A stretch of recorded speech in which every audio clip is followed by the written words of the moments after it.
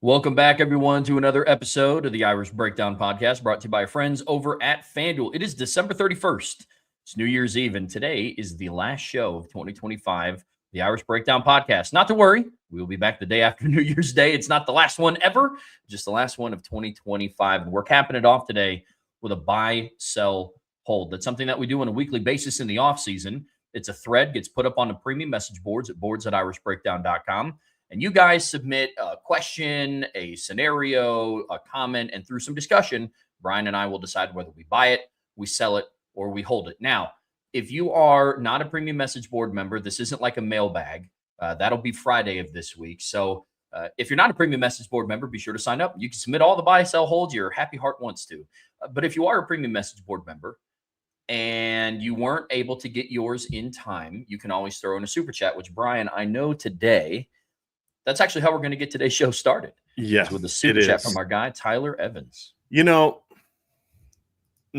normally, Trev, we don't start with the super chats, but this was a good one.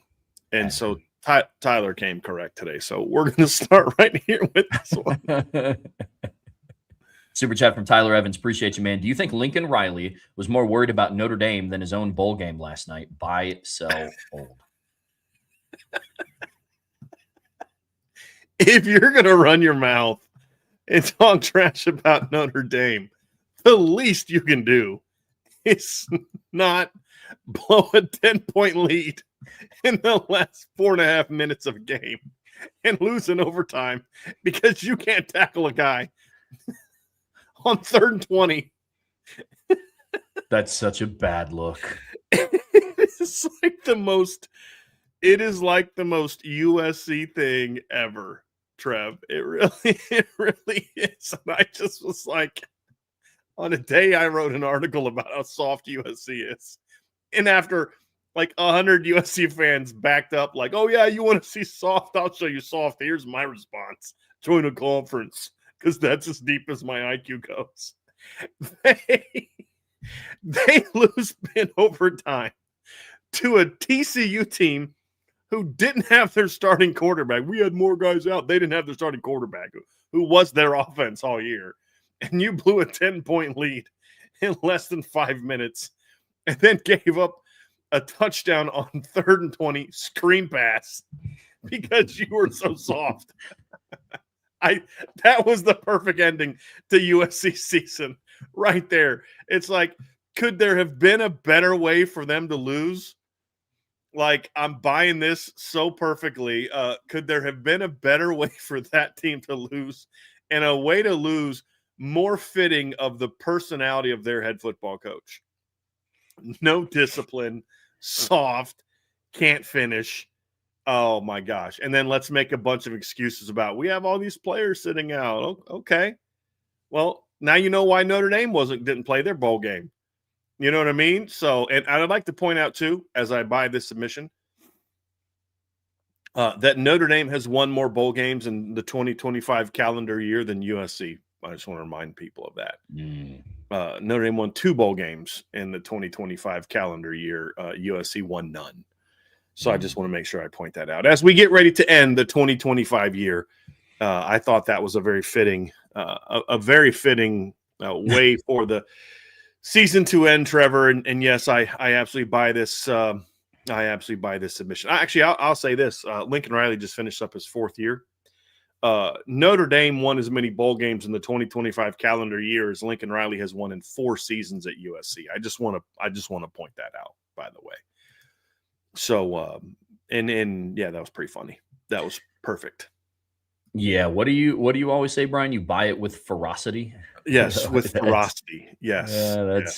That's where I'm at with this one. I don't know if people in the chat or people listening to this via podcast are big believers in karma, but if you weren't going into last night, you are now.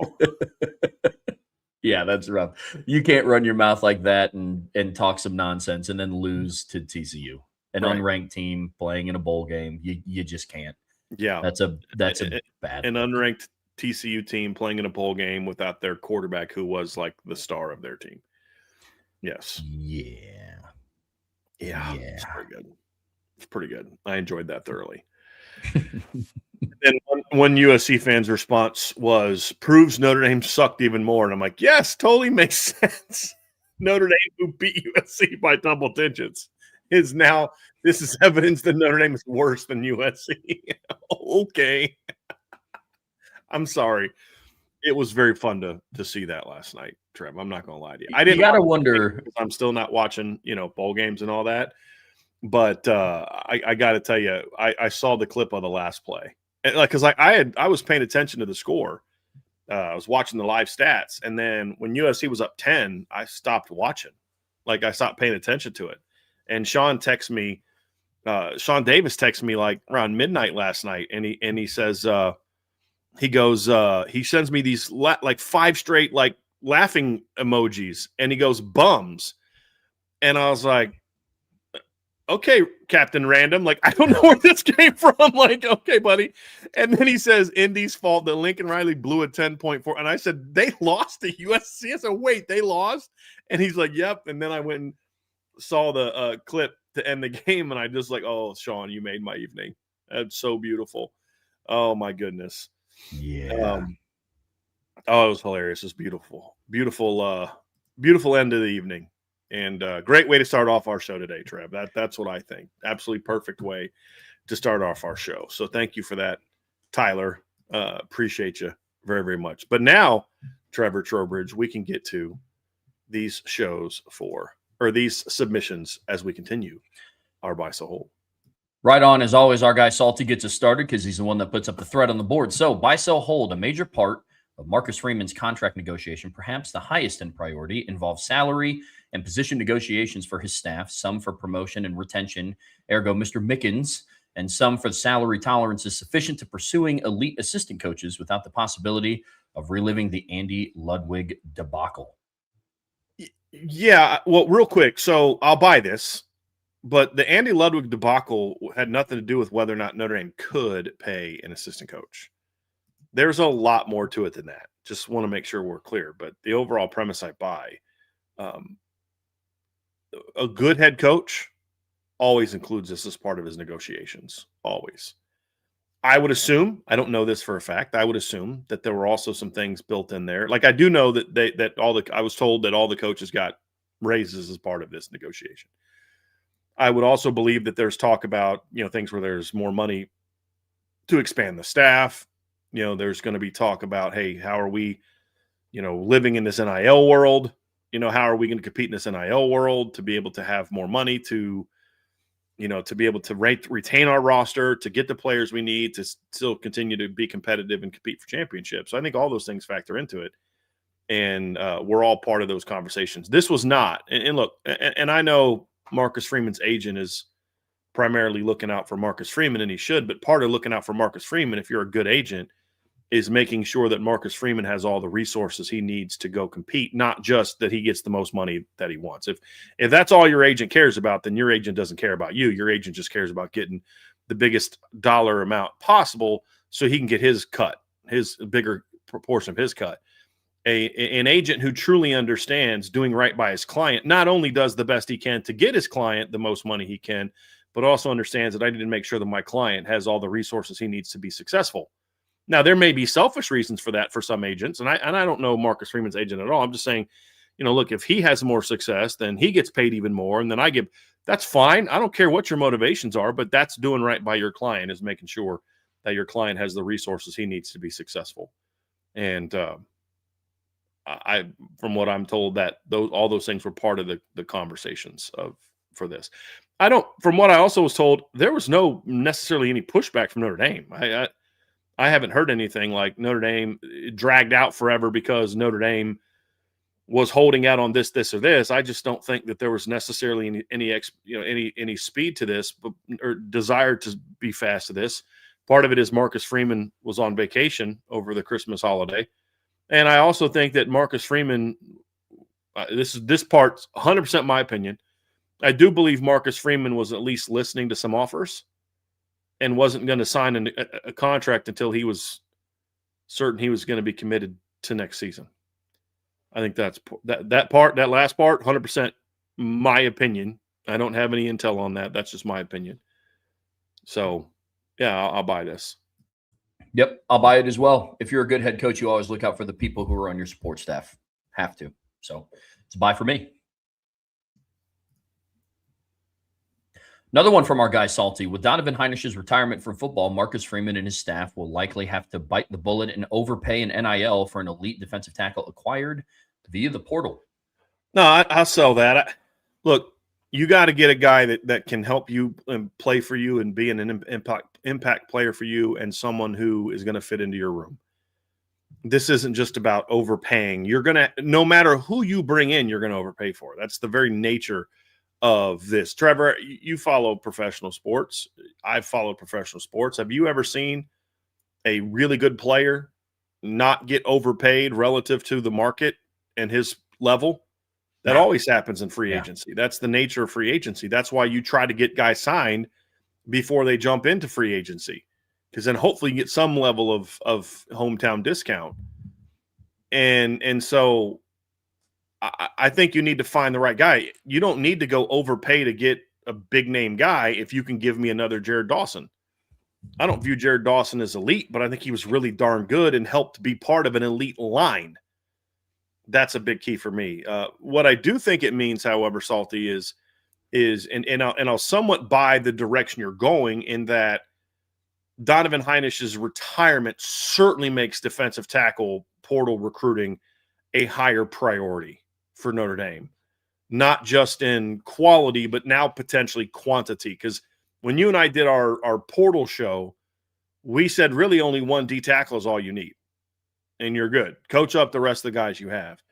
And there's some other questions about D tackle or submissions about D tackle, so I'll save some thoughts for then. But I think this makes it even more important that you have success recruiting D tackle. And I think that's at the heart of Salty's submission, is more so you got to have success. You got to do what it takes to have success at defensive tackle in the portal. And I think that's absolutely true. But you still need to make sure that you're getting the right kind of player. You know, like Jared Dawson, I'll tell you a little story that I was told. Jared Dawson came to Notre Dame and really struggled early on in the spring and summer, because he'd never been pushed the way that he was pushed at Notre Dame. He'd never been challenged by a position coach the way he was challenged by Al Washington, for example. And I think he really struggled with like the tempo of practice, the demand for doing things the right way, and all this type of stuff. And it was a hard adjustment for him. He was a 6-year senior. Like, he'd been doing the things a certain way. And as he got more used to it and understood, okay, this is what coach wants me to do, this is what it looks like, you saw his game take off. If Jared Dawson had a different mindset, a different attitude, he'd have pushed back on it. Look, man, I don't know who you think you are, but you guys paid me to come here. You know what I mean? Like, you wanted me to come here because of what I've done. I don't know why you keep riding me. I don't know why you're on me all the time. I don't know why. Like, his mindset would be very different.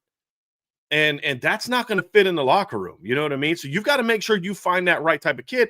I don't care if it's a hard adjustment for him, because maybe he came from a program that maybe didn't coach as hard or as well as you do, or push as hard or demand as much as you do. But you got to make sure you get the right kids that are willing to take that coaching. Jared Dawson was, and the result was he had the best year of his career, in my opinion. Now, it didn't statistically may not have looked like it, but the film was way better than what we saw at Louisville. And that's kind of where I'm at, Trev. I think you've got to make sure you're finding guys with the right mindset as well. You got success in numbers and quality is important. But they got to fit into the locker room as well. I don't think people put enough emphasis on that when we have these talks as fans. It's not just about, okay, let's go buy this guy. You better make sure you're buying the right kind of guy. Yeah, absolutely. Locker room fit is absolutely a top priority.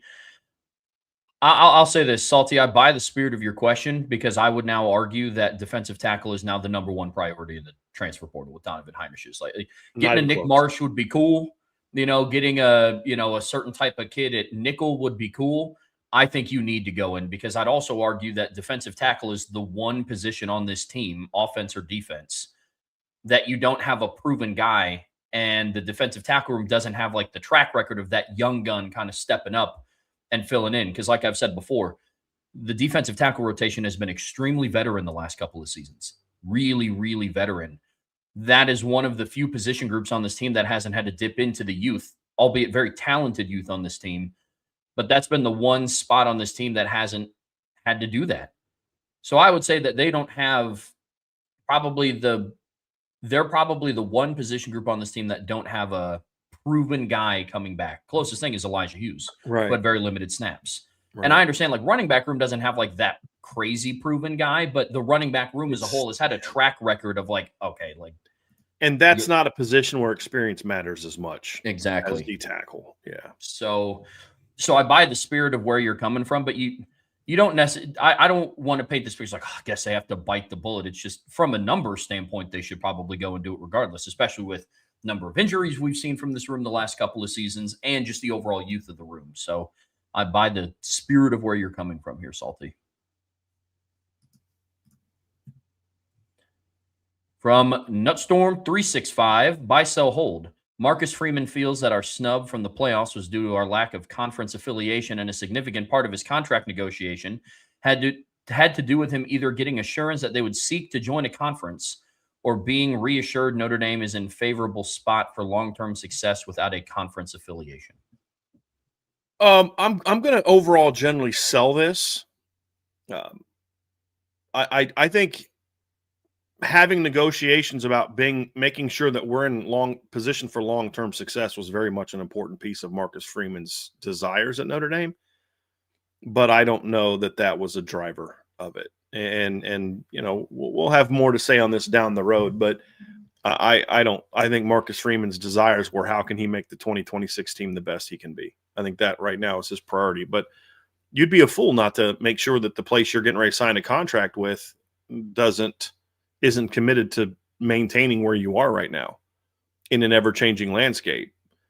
I don't think it has anything to do with getting assurances that they would seek a conference or being reassured that Notre Dame's in a favorable spot. That they're already doing that. That's what the MOU is about. That's the whole point of the MOU, is to make sure Notre Dame's in a favorable spot without being in a conference. Yeah, I'm selling the first part and I'm buying the second part. Buying the second part because look, at its core, Marcus Freeman genuinely cares about Notre Dame. Coaches that don't care about the university that they're at aren't going to lacrosse games and women's basketball games and men's basketball games. And his whole mantra for bringing in transfer portal players and a big factor in him naming team captains is leaving something better than you found it.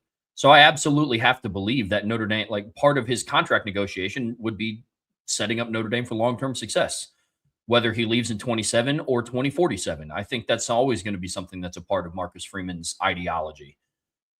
I'm selling the first part because I don't think there's anything in his contract that talks about them joining a conference. I don't see that being a part of it, especially after Pete Bavacqua's comments earlier this offseason talking about how everything that has transpired even more solidified them being independent. So selling the first part, buying the second part.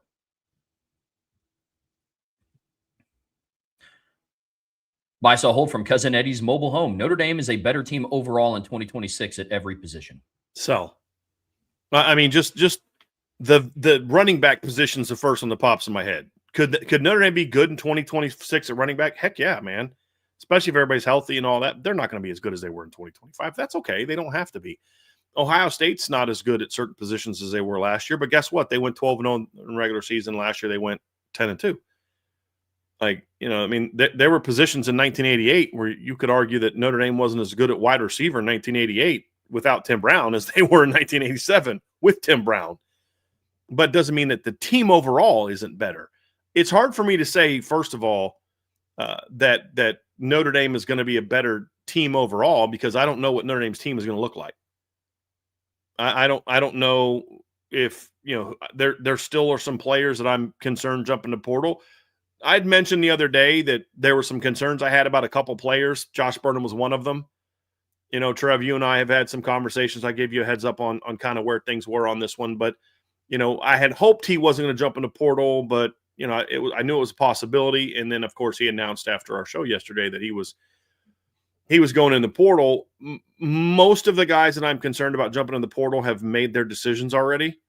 There's still a couple out there that let's see what happens, but I don't know who they're going to add in the portal yet. And until I know that, like I could sit there and say like, dude, they're not going to be as good at receiver next year as they were this year. I'm not saying that's the case. I'm just saying right now I could say that. And then they go out and get Nick Marsh, or they go out and get some of the players that I've looked at in the portal that I kind of like, and Trev and I are going to talk after the show about putting something together where, we talk about some of the guys that we like. And then that may change my opinion. I could say right now, like, hey, I don't think Notre Dame's going to be as good at tight end next year as I thought. And then, all of a sudden Ian Premer shows up this summer and he balls out, and James Flanagan takes that big step towards looking like the top 100 player that I graded him out to be. And all of a sudden maybe they're better overall top to bottom. I mean, so there's a lot of things that could factor into this that it's just too early really to say that, but I'm going to sell it. Even with that, I'm not going to hold it. I'm still going to sell it because I don't really care what happens at every other position. They're not going to be better at running back than they were this year. And that's not about production. That's just about, with all due respect, to Kyron Williams and Kedron Young and Nolan James Jr. and Javian Osborne and Jonas Walton. None of them are Jeremiah Love. And I don't know that any of them are Jadarian Price. Doesn't mean the room can't be really good. Doesn't mean it can't be part of a championship. I mean, Notre Dame won a championship the year after Tim Brown left. You know what I mean? Like, that's Notre Dame's last Heisman winner. Doesn't mean the team can't be better. Just means they won't be better there. So I'll sell that, a better overall team at every position. If you'd have just said Notre Dame's a better overall team in 2026, I'd have thought about buying that. I might have held that and said, hey, I'm going to hold that, but I think there's a chance that this is going to be the case. Let me see what they do in the portal, et cetera, et cetera. But when you say at every position, that's where I kind of got to be like, nah.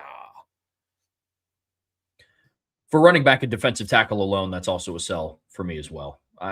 Just from those two alone. Do I think their defensive tackle rotation could be really, really good next year? Yeah, I think it has an extremely high ceiling. Very unproven ceiling, though. It's a group of very unproven guys, even depending on what you do in the transfer portal, because that just adds a whole other mix into the, I guess you could say, the feelings of the room as a whole. And then I echo everything Brian said about the running back room. So selling that one as well. Another one from Cousin Eddie's mobile home. Marcus Freeman is going to be on a mission this year, especially against BYU and Miami. He'll barely shake hands with Cristobal. I think he's going to be on a mission by that. Certainly against BYU and Miami, those are the two best teams they play. I hope so. I hope that they look better against those teams than they did against the two best teams this past season. Barely shake hands with Cristobal. I think Mario Cristobal is a bit of a tool. I don't think anything he said in regard to pumping up his team and focusing on head-to-head to get his team in the playoffs was out of bounds. He should be advocating for his team. Why wouldn't he? We'd be asked. There's a lot of Notre Dame fans, myself included, that wish Marcus Freeman and Pete Bavacca would have fought as hard to make the case for them as I did, as Brady Quinn did. You know what I mean? I wish they would have done more. I never got the sense that Mario Cristobal was being disrespectful to Notre Dame. He was pointing out very clearly, hey, we beat them and that should matter. It got annoying. I'm like, dude, you're still talking about it after the playoff game. Like, we get it. But I think he was doing what he should have been doing as the head coach of the University of Miami. So I don't know that that's the kind of thing that Marcus Freeman will take personally. I think that Marcus Freeman wants to beat Mario Cristobal in Miami because he's pissed about losing to him last year. That's my take. Now, if Cristobal runs his mouth next year and takes things to another level, then it might get to that point in time. But I don't know that that's where they're at. Like Kurt Cignetti, who got a bit of a cold shoulder from Freeman, he was kind of running his mouth going into that game. James Franklin was running his mouth going into that game. I think this is different. I mean, if he is upset about it, whatever. If that's what fires him up to go out there and kick Miami's butt next year, go for it. Be offended. I don't care. But I'm not offended. I'm annoyed by it, but I'm not offended by it. I'm not mad about it. I'm not like, I'll never shake his hand. He's doing what the head coach of the University of Miami should have done, which is advocate for his program. Yeah, the only comment that Cristobal made that bothered me was after they made the playoffs and how every team had their own individual interviews. He was talking about truth always comes out and the better team was in and all that stuff. That bothered me. But that's annoying. Really but he truly believes that, and they were the better team in regard to what he'd been saying the whole time. They beat him head to head. Agreed, but I don't. I'm saying it bothered me because I don't think they were the better team at the time. So could that play a factor? Maybe. Agree. Could that play a factor in this? Potentially. I could see it being because the way it's worded sounds like super aggressive, but I could just see it being something to where he kind of just lightly dapped up Pat Narduzzi at the end of the Pitt game. And then walked away. Yeah, I don't think it's just going to be and then you walk away. I don't think it'll be that, but something along the Narduzzi lines, I can see that absolutely. I'll buy that. We Then did another get one. go ahead. Sorry, go. I forgot we had one more. Go ahead. No worries. Another one from Cousin Eddie's mobile home. Buy, sell, hold. Notre Dame will have a 1,000-yard receiver and will have 2 running backs with over 800 yards rushing. Sell. I'm not going to buy anything about Notre Dame having a 1,000-yard receiver until it happens. I mean, you couldn't even get Malachi Fields to hit the 800 yards he got in the last 2 years in the regular season at Virginia. So, should they have one? Sure. Will they have one? I need to see it. And it'll be similar to what we talked about going into this year, where we said we didn't think there'd be a 1,000-yard receiver this year, but we talked about who may be. Maybe Malachi, maybe Jaden Greathouse. Malachi didn't sniff it, although I still think that Malachi would have sniffed 1,000 yards if Notre Dame would have got into the playoffs, because I think he would have been more of a focal point of the offense in the playoffs. But, again, another different story for a different day. But one thing we talked about, Trev, is we thought the ball was going to get spread around a lot, and it was. Not even as much as we would have liked, but it was still spread around a lot. And I think that'll be the case again next year. Yep, I agree.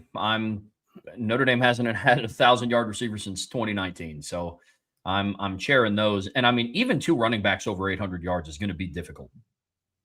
Not because they don't have 2 guys in the room that could do it, but I don't know if there's going to be, like it was this year, 2 clear-cut guys in the rotation. I mean, they could have a running back rotation of 3 to 4 guys. Who knows? Yeah, I see what you're saying there, Trev. I actually was, as you started talking, I started thinking like, no, actually, Trev, I think it's more likely that there's a chance that 2 guys get the bulk as opposed to 1, and then, Jadar is clear number 2. But that actually is a good point. It may not, if it's just 2 guys, then I think that's likely. But I would think there's at least a chance that we have more than 2 next year. Yep. That's a good point. That's a good point. Did have a super chat from Notre Dame Wine and Cheese. Appreciate you. Buy, sell, hold. The SEC will not win a non-college football playoff bowl game. I'm gonna disagree with that, because I think there's still 2 games that I think they have one. There's 2 games left to play, or 3 games left to play. One's being played right now, and it's not going well for the SEC team. Iowa's beating Vanderbilt 14-3 at halftime. And I don't want to hear jack from SEC fans about sit-outs of this game, because I believe Eli Stowers is the only guy sitting out for Vanderbilt in this game. I believe Diego Pavia is playing in this game, correct? Because he's trying to, get a 13th year of eligibility for next season. Vanderbilt currently has 8 yards rushing on 13 carries. And Mark Gronowski's over 100 yards passing in the first half, Trev, looking at the stats right now. How about them apples? But they still have 2 other games that right now I'd predict them to win. Michigan plays Texas this afternoon. Texas is going to have a lot of kids playing in that game, because they were a very young team this year. And so I think they'll have a lot of guys playing. Michigan's a mess. I mean, could Michigan win? Sure. Bowl season, who knows what's going to happen. But then there's another one on January 2nd. Wake Forest plays Mississippi State. I think that's a game that's possible that the SEC could win. It's not a given. I mean, Mississippi State went 5-7 this year, but they're a good football team. I mean, they've had some moments where they look like a good football team. So I think between those 3, I could see one of them winning the game. So I'm going to sell for that reason. It would be hilarious if they did, though. Like if they went like 2 because right now they're 2-5, and they've got, let's see, 2 playoff games, right? So they're at least going to get 1 more postseason win. So they're at least going to be 3-6, right? And then let's say Indiana beats Alabama, that's 3-7. Vandy loses.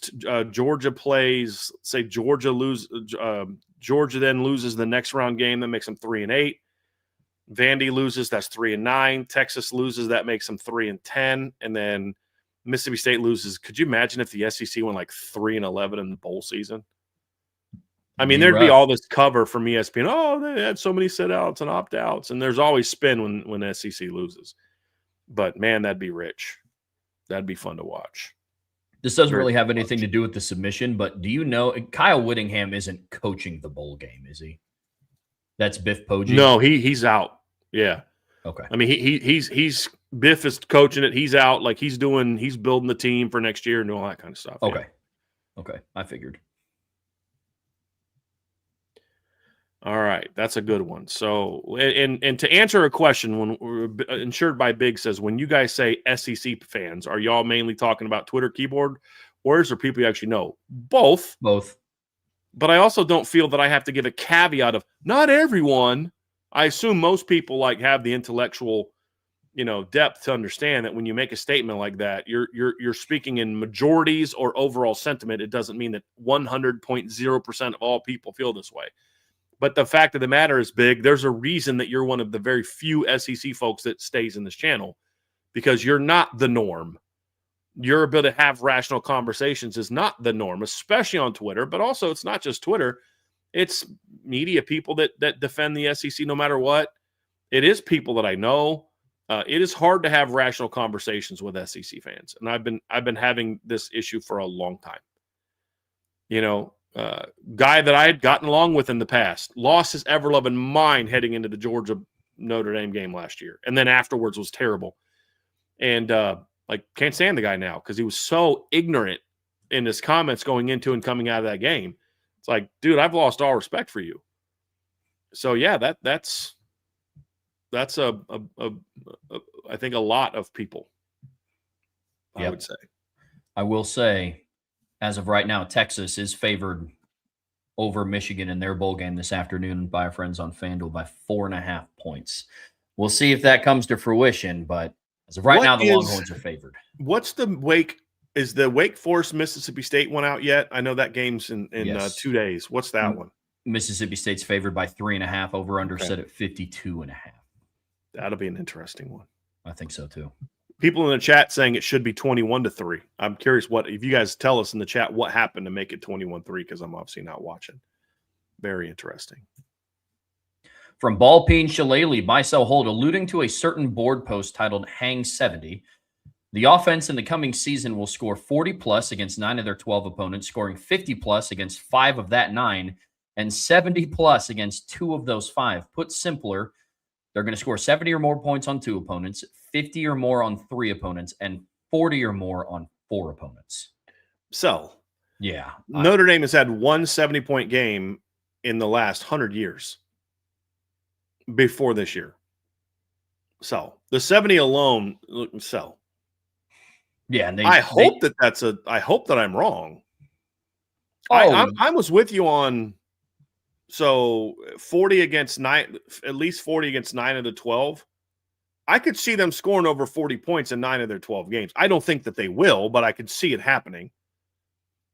But when you start getting into the, 3 of them are 50, I could see that. We've seen Notre Dame score over 50 points multiple times in games, and I mean, dude, recent history.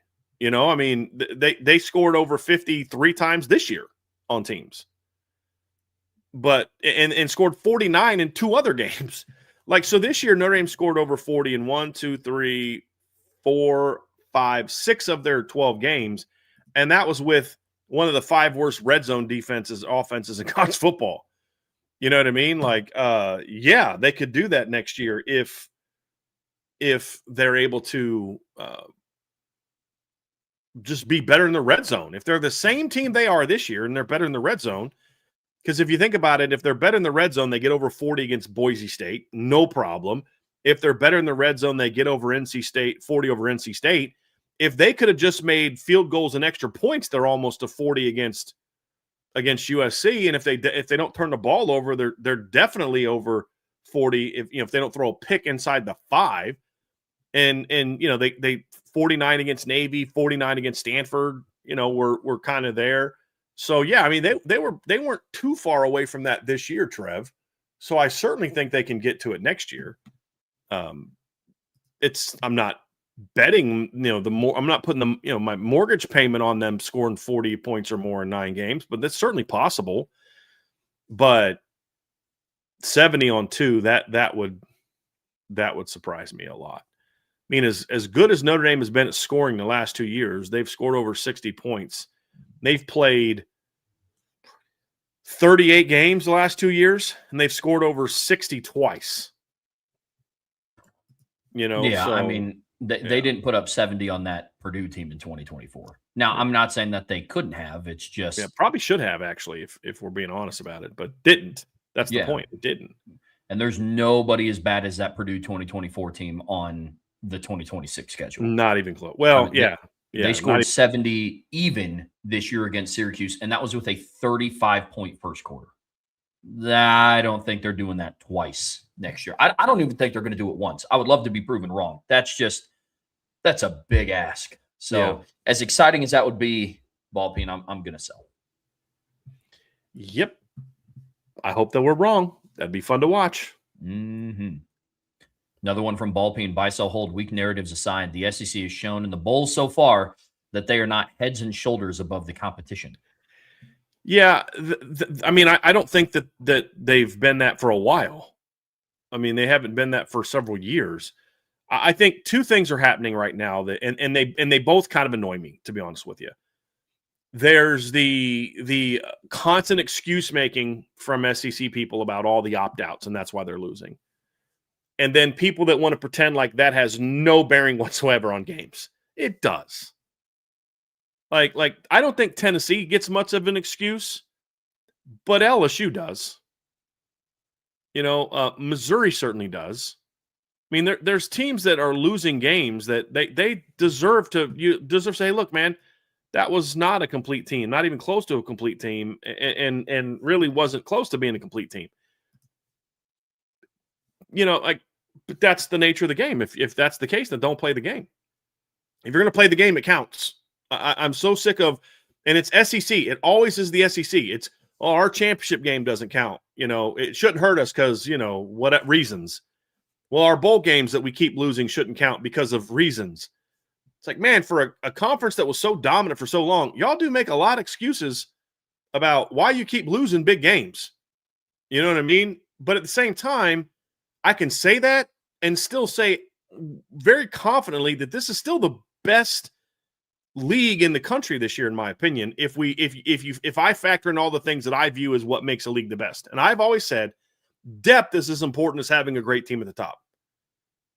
And it's certainly the deepest league in college football. And I can point to the SEC. I think the SEC is overrated. I think it is based on how ESPN rates it. Having said that, Virginia was the number one ranked team in the ACC. And they played Missouri, who was like the 6th or 7th best team in the ACC. So these aren't like I think Houston was like 3rd or 4th best team in the Big 12. And LSU was like 8th, 9th. Like, it's not like you're playing 4 versus 4, 2 versus 2, and you're beating them. Right? So if we're going to say the SEC is overrated, I'm okay with that because I think it is. But let's not then go to the extreme where we start using faulty logic to hammer the SEC that is similar, sort of the opposite, but similar in dishonesty as what the SEC always does when they're advocating for themselves. You know what I mean? But I think the bowls are a part of what shows that they're not head and shoulders above the competition. I think the stronger argument, and I agree with what you're saying, but to Ball Peen's post, the stronger argument is just what happened in the regular season. Look at what the SEC did out of conference this year. A 5-7 Florida State team beat them by 14 points. Alabama, the second place team in the SEC. Notre Dame beat Arkansas worse than any team did. I mean, it wasn't until their 7th loss in the SEC that the combined number of the losses surpassed what Notre Dame did to them. Yes, 100%. I mean, look what Louisville did to Kentucky. Yeah, Louisville beat Kentucky 10 times worse than what Ole Miss beat Kentucky, and Ole Miss is gearing up for their quarterfinal game tomorrow. Georgia Tech played Georgia harder than what Alabama did in the SEC championship game. So, Ball Peen, but Georgia Tech also played Georgia tougher than they played Pitt. Yeah, like a week before. Mm-hmm. So, really, you don't even have to look at bowl season. You just look back at the regular season. Yeah. That. Right. And that's my whole thing is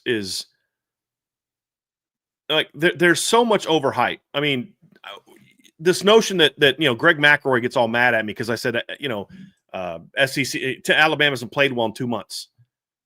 And and he talks, and he started the gauntlet in the middle of the year. I'm like, what gauntlet? You beat a 5-loss Missouri team who beat in a 5-loss Tennessee team who won a. I mean, Trev, me and you and our flag football team that you and I don't even have won as many top 25 games as Missouri and Tennessee did this year combined. Facts. So, that's the nature of this new big leagues is you're going to have certain teams that win a lot of games but don't beat anybody that's really that good. And so that, but then I don't want to hear Big Ten fans talking about how good they are because like you're beating MAC teams, Mountain West teams, like you're not exactly going out there and lighting the world on fire. Like you had a good win with Illinois beating Tennessee. That's a nice win, but your other wins are over a Mountain West team. Right. You beat a Sun Belt team. You beat a MAC team.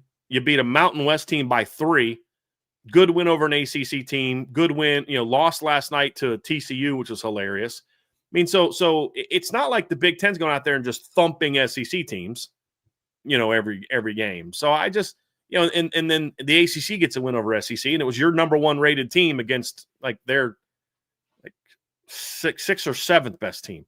But then you can't tell. But see, you can't say that. Well, your number 1 beat our number 6. Yeah, but that's in your league. You guys promote that as like, but that's how good our league is because our number 6 team can beat our number 1 team. Well, why doesn't that matter when they play the number 1 ACC team? You know what I mean? Virginia beat Missouri by more than Alabama did. So there's a lot of bad arguments, bad faith arguments on both sides of the conversation, Trev. That's what bothers me, and I don't want to be that. Because I was like last year, I crushed the SEC last year because it was an average league last year. This year, it's a better league, and from a depth standpoint, I don't know if there's a great team in the SEC, but I just get that some of that depth gets overhyped in ways that other leagues don't. That bothers me. Yeah, but again, we're grown-ups. We can walk and chew gum at the same time. We can acknowledge that the SEC is a very deep league, while also still. I mean, because you could say, well.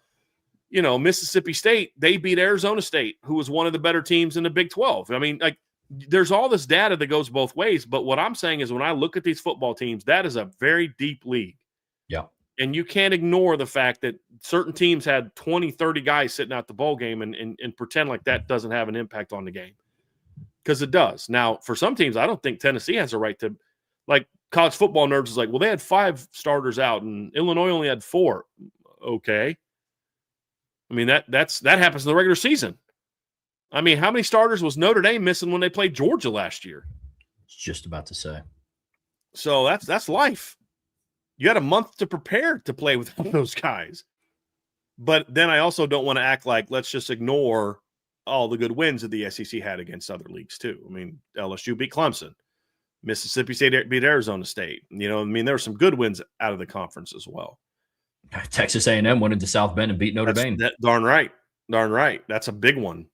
So I think it's the deepest league in college football. Is it the best league in college football this year? I still think the Big Ten is probably better because the Big Ten this year has 3 legit teams at the top, where last year they had 1.5.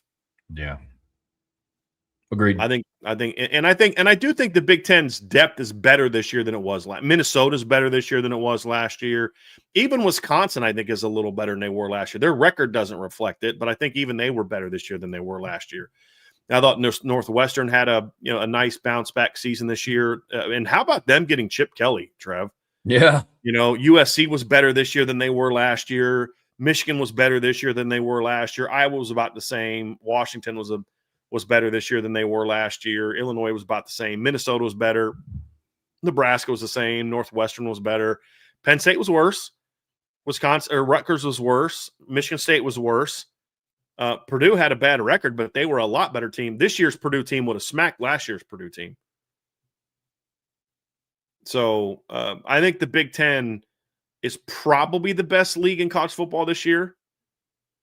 I think the SEC is probably second. But his question wasn't not that they're not the best. It was that they're not head and shoulders above the competition, which they are certainly not. Agreed. Another one from Ballpeen. Buy, sell, hold. Notre Dame in some fantasy land where they joined the SEC would at minimum mirror Georgia's current dominance of the conference, make the SEC championship game nearly every year, and would thereby easily make the college football playoff each year in a 12-team system. I don't know that I necessarily agree with that. I mean, I think it's possible. I'll say that it's possible. I would need a little bit more data on that one, but like, what kind of schedule would they give Notre Dame? Would they give them like Oklahoma's schedule the last couple of years? Would they give them Texas's schedule the last couple of years, or something in between? Like, but if Notre Dame joined the SEC, I think they'd be one of the top 3 teams in the SEC every single year, and there'd be a lot of years they'd be the best team in the SEC, from what we've seen the last couple of years, anyway. But I mean, would they be the best team in the SEC this year? I don't know. They lost at home to a team that didn't even play in the SEC title game. So depends on when they had to start playing their conference games. If they did them in September, maybe Notre Dame's not as good. If they don't play any conference games till late September, October, then Notre Dame might have run the table. But I think Notre Dame would consistently be in the top 3.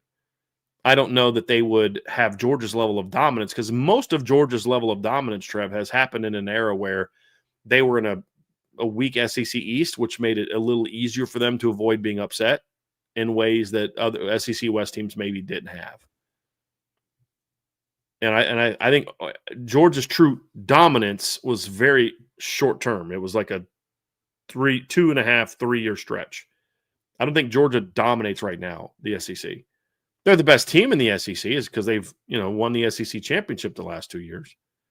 But they're not dominating the way that they were in 21 and 22. I think it's more about the SEC being down than it is about Georgia still being this dominant team.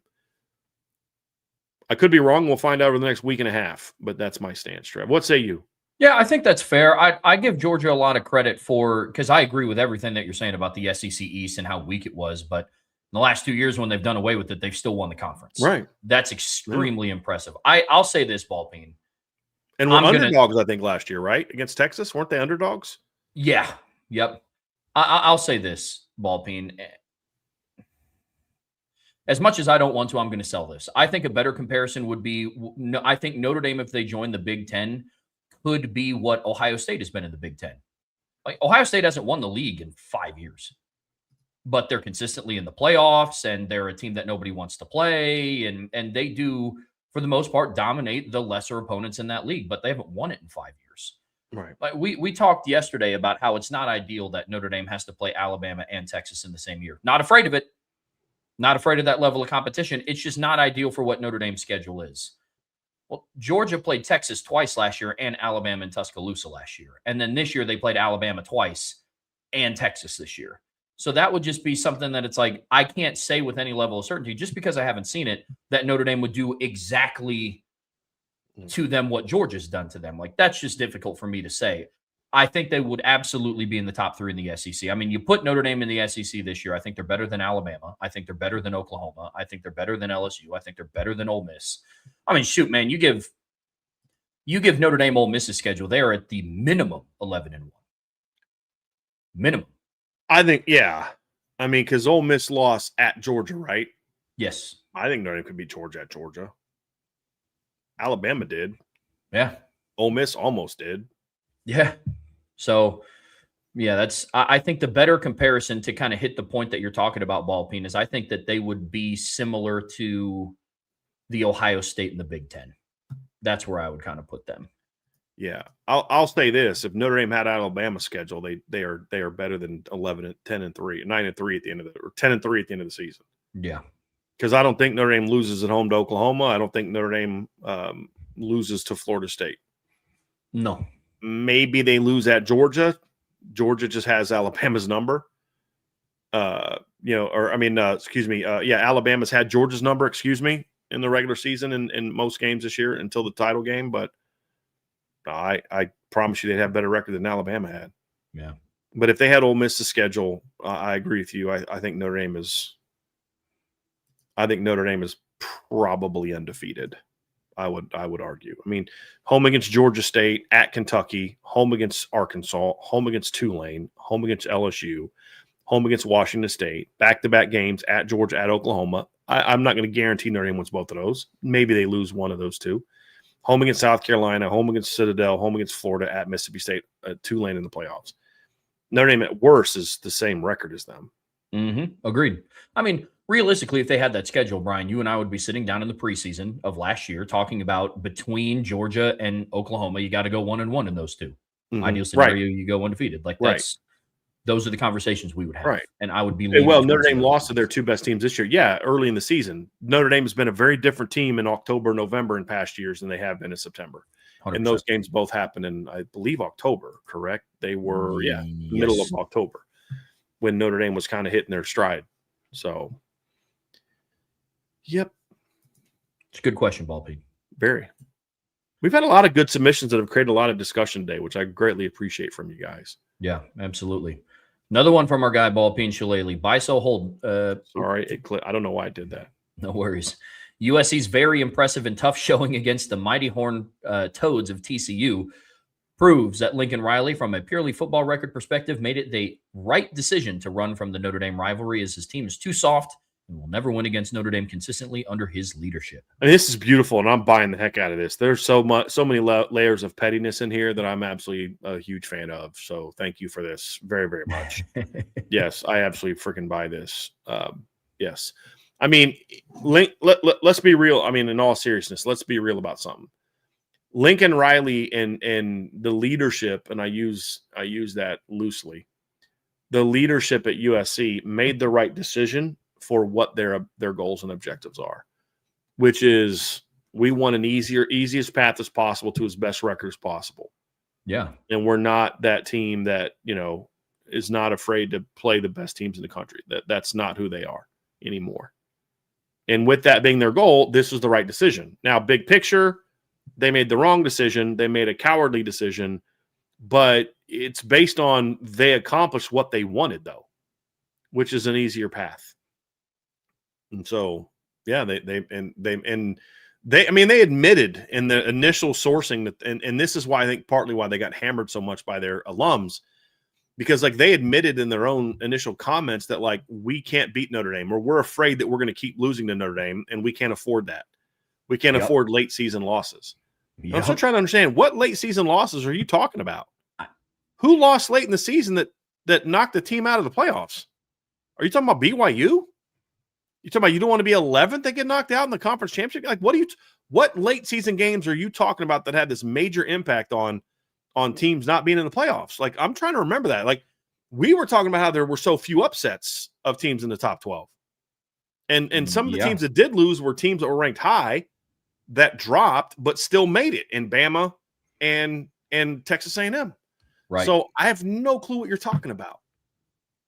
But the reality is they were never trying to have an honest conversation. They were always trying to rig the system.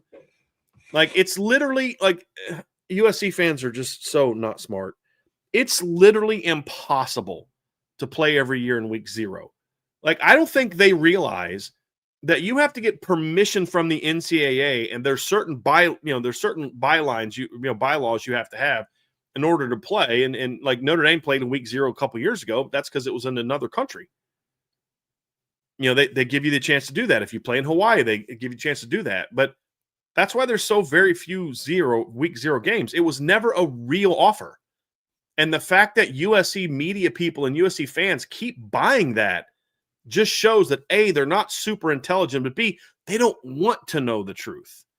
Because it's easier to convince yourself that you know what it is? This is a perfect example.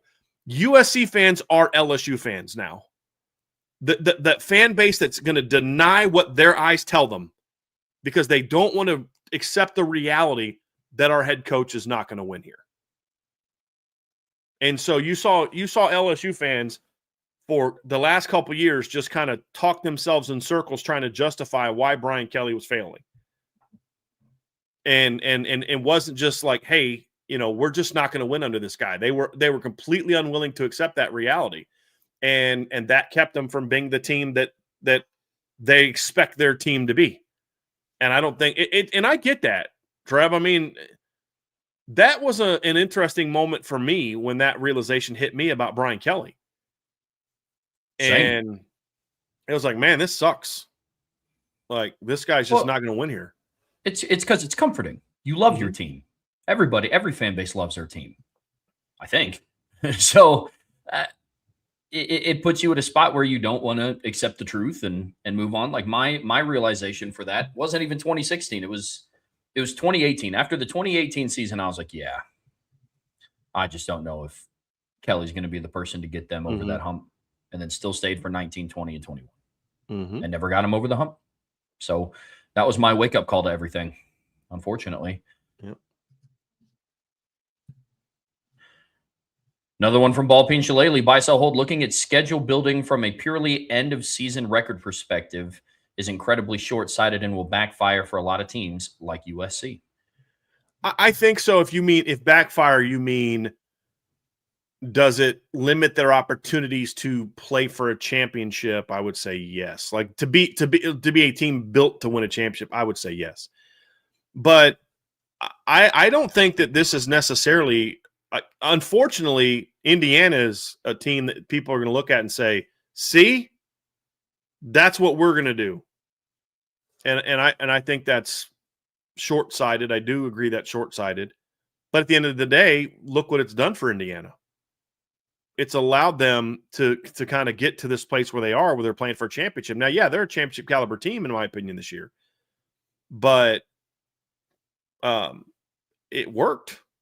I mean, who'd Texas Tech play in the non-conference? Who'd they play out of their league? And this is why I'm frustrated. The committee rewarded teams who played weak schedules this year. A perfect example. Everybody keeps talking about how, Ole Miss had a tougher schedule than Texas A&M. And I'm like, well, Texas A&M couldn't control the part of their schedule that was weak. The part that Texas A&M could control, they actually scheduled pretty well. They went on the road and played Notre Dame. They played a UTSA team that's been in a bowl game, I think, like every year. Jeff Traylor's been doing a heck of a job there. They went to a bowl game, won a bowl game. And they played a Utah State team that went to a bowl game this year. Like, they're 3 of their 4. Now, they played Samford because everybody plays an FCS team, but 3 of their 4 non-conference games were against teams that qualified for a bowl. One team should have been in the playoffs. And then you look at Ole Miss and what's their big non-conference game this year? Tulane, Memphis.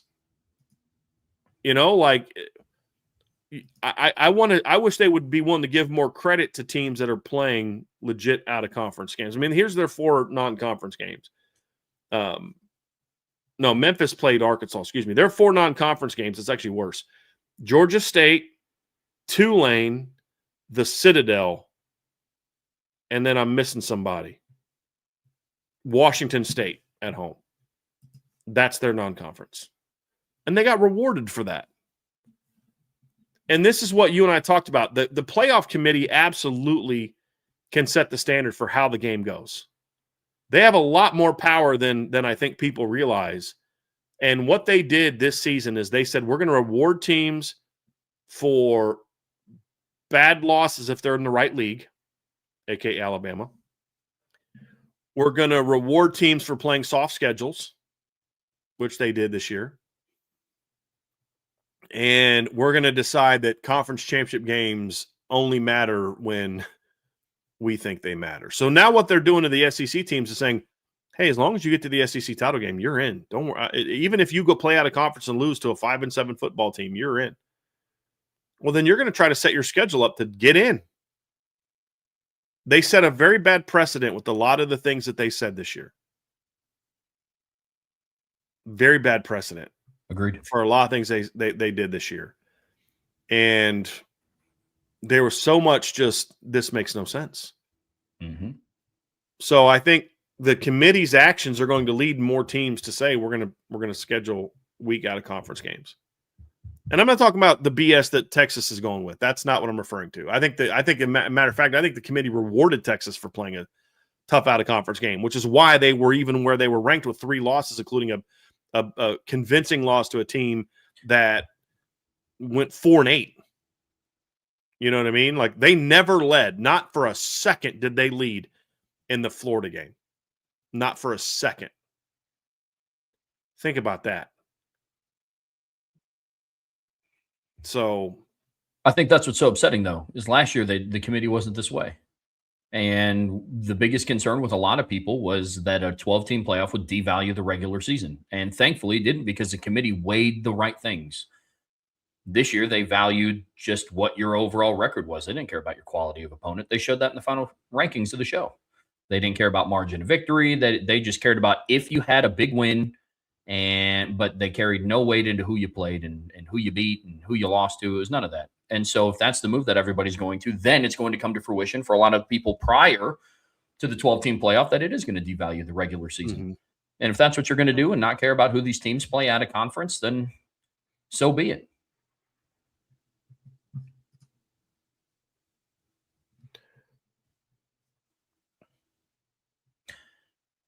Getting into part two of the buy, sell, hold today on the Irish Breakdown podcast, brought to you by our friends over at FanDuel. Dirtbag Jake 13 is getting us kicked off with another buy, sell, hold here. Our top wide receiver portal targets: Marsh, Harris, other. My understanding is it's Marsh. Now, there's other guys on the board in case they don't get Marsh, who's also looking heavily at LSU. If they don't get him, then I think that there's other guys that they're going to turn to. You cannot put all your chips in one basket. You can't.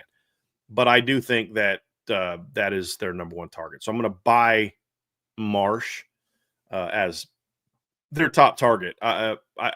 Harris, I think they're definitely looking at. I believe that. Pardon me, that to be true, but I don't know that he's number 2 or number 3 or number 4. I just know that Marsh is number 1. Another one, buy, sell, hold. The incoming portal class, in addition to the returning experience on this team, will make 2026 better than the 2025 team. If they get who I think they're going to get, I'm going to – and there are no surprise departures, which right now I'm not expecting now that Burnham's jumped in the portal. I would say I buy that. I'll say I buy that. Made it an hour into the show before my first hold, Brian. Made it an hour in. All right, better, Riley. I mean, all right, Trev. Hey. That's an hey. I know you're my boss and everything, but you just crossed the line, brother. Hey, but we're leaving this in 2025. Okay, we're leaving this here. No, but it will depend for me on who they get in the portal. Yeah. Well, that's why I said if they get who I think they're going to get. Like that. No, that's fair. Yeah, absolutely fair. But as of today, I'm holding. I hope they get Nick Marsh. I don't know what they do at defensive tackle. That's going to be a whole thing as well. So I'm going to hold it for now because I can't definitively sell it either. Because I think just in general, I think the team itself is going to be better in 2026 for a lot of reasons that we're going to continue to list out as the offseason goes on. So holding that one. Buy, sell, hold from Dirtbag Jake 13. Trevor is off the hook for the transcontinental rivalry because of the Here Comes the Irish clip I sent you, Brian. So who was that said that? I'm not sure. I think he's just a writer for NBC, I think. Okay. That was hilarious. I was like, okay, the NBC writer watches our show. Like, that's absolutely what happened. The NBC writer watches our show, and yes. Trevor got in his head with the not transcontinental rivalry comment. Yep. Oh. Yep. So that was great.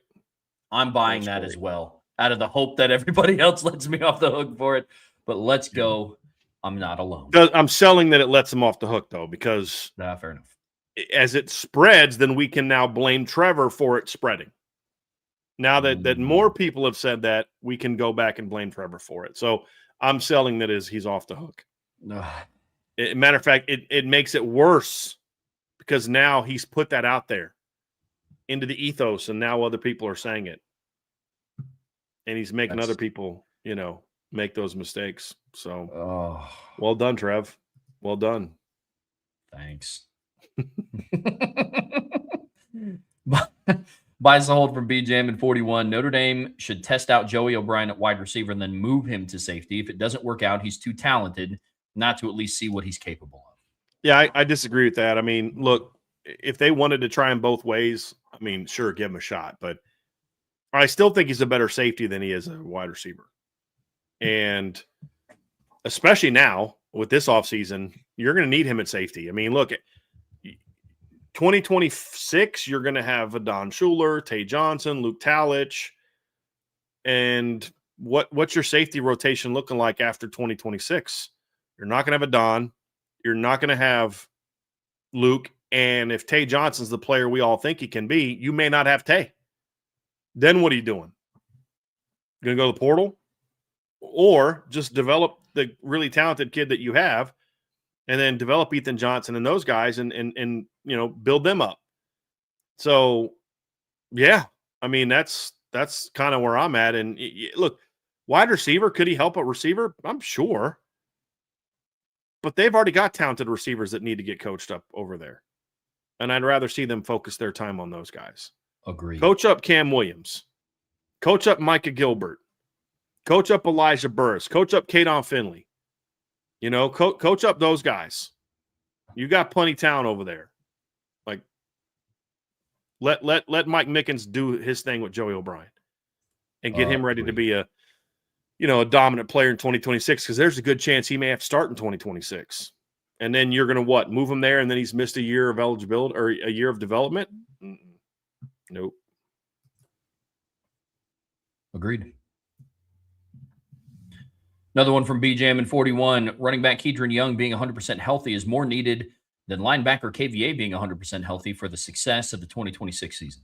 Yeah, I'm selling that. Look, I really want Kedron Young to be healthy, and I think Kedron healthy can be a really good player.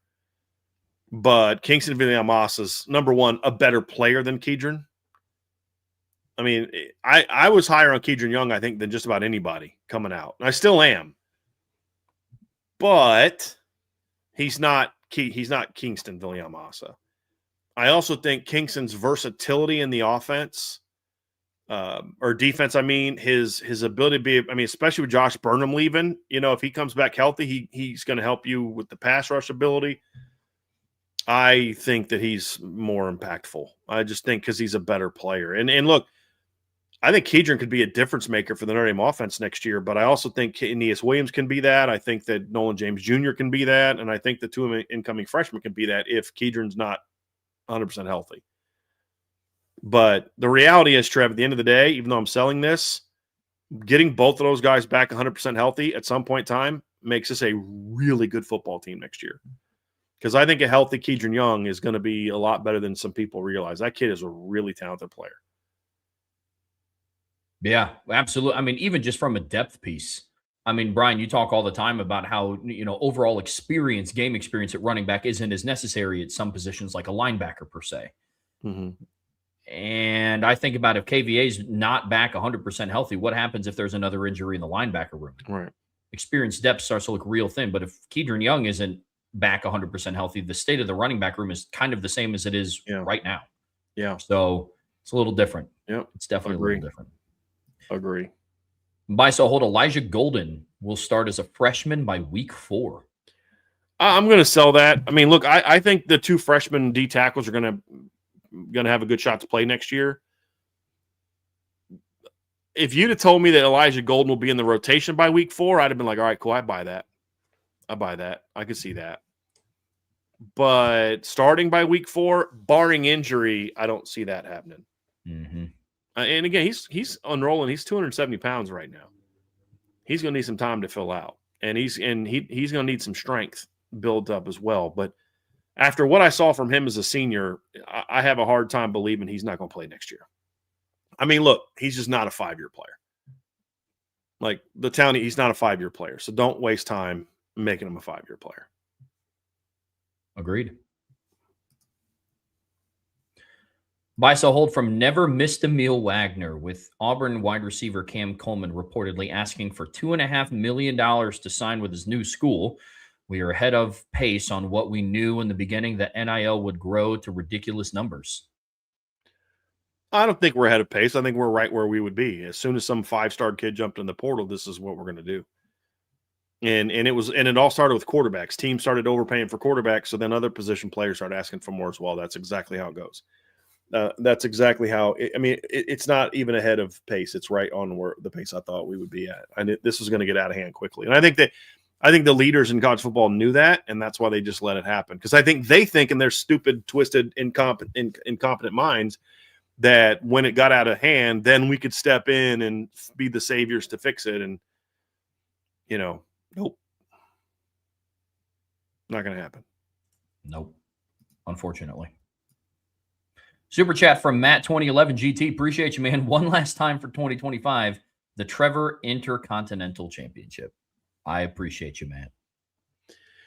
Yeah, my favorite transcontinental champion as a kid was Macho Man Randy Savage. That was my favorite transcontinental champion. Trevor and I were talking about Macho Man yesterday. We were. Yeah. So, yeah. You got it. You said you got it. First time you saw the greatest transcontinental champion ever was in Spider-Man, right? Yeah, when he was Bonesaw. Yep. Yeah. There you go. Buys a hold from Never Missed Emil Wagner. The list of players were the best to wear each single-digit number since our last title. Number 0, Xavier Watts. Number 1, Todd Light. Number 2, Bennett Jackson. Number 3, Michael Floyd. 4, Jeremiah Love. 5, Manti Te'o. 6, Jerome Bettis. 7, Will Fuller. Honorable mention, Jimmy Clausen. 8, Maris Leafau. Number 9, Jalen Smith. Honorable mention, Tom Zubikowski and Tony Rice. Okay. So this is the best to wear it. 0, buy. Number 1, buy. Number 2, I'm going to sell that one. I'm kind of partial to Darren Walls as a player. I kind of got to think through some of the guys that have worn number 2 in the last 20 years, but I kind of like Darren Walls. Bennett Jackson was a really good player, but I'm a big Darren Walls fan too. Can you think of anybody else that's worn number 2, Trev, at Notre Dame in recent years? Dexter Williams. Yeah. That's Dex in 2018 was pretty good. Dex was a real good one. Yeah, that's probably would have been my number 2. Yeah. I mean, do you want to count Leonard Moore since he wore it in the spring? Hey, I'm playing by your rules, brother. Yeah. If you want to count that, I'll count it. Yeah. That's a good one. Keenan Tatum wore number 2. He was pretty flipping good. I don't know if you guys remember him from the 90s. I'd take Keenan Tatum. Actually, that's where I'm going to go with Keenan Tatum. That's what I'm going to go with. I'm trying to think through some of the guys in the 90s that wore number 2. I'm going to go Keenan Tatum. Yeah. Number 3, Michael Floyd, bye. Yeah. Number 4, Jeremiah Love, bye. Number 5, Manti Te'o, bye. Number 6, Jerome Bettis, bye. Number 7, Will Fuller, bye.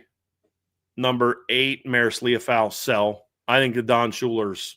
Even just recently, Adon Schuler is on that list for me. But I'm going to go Adon more so on that one.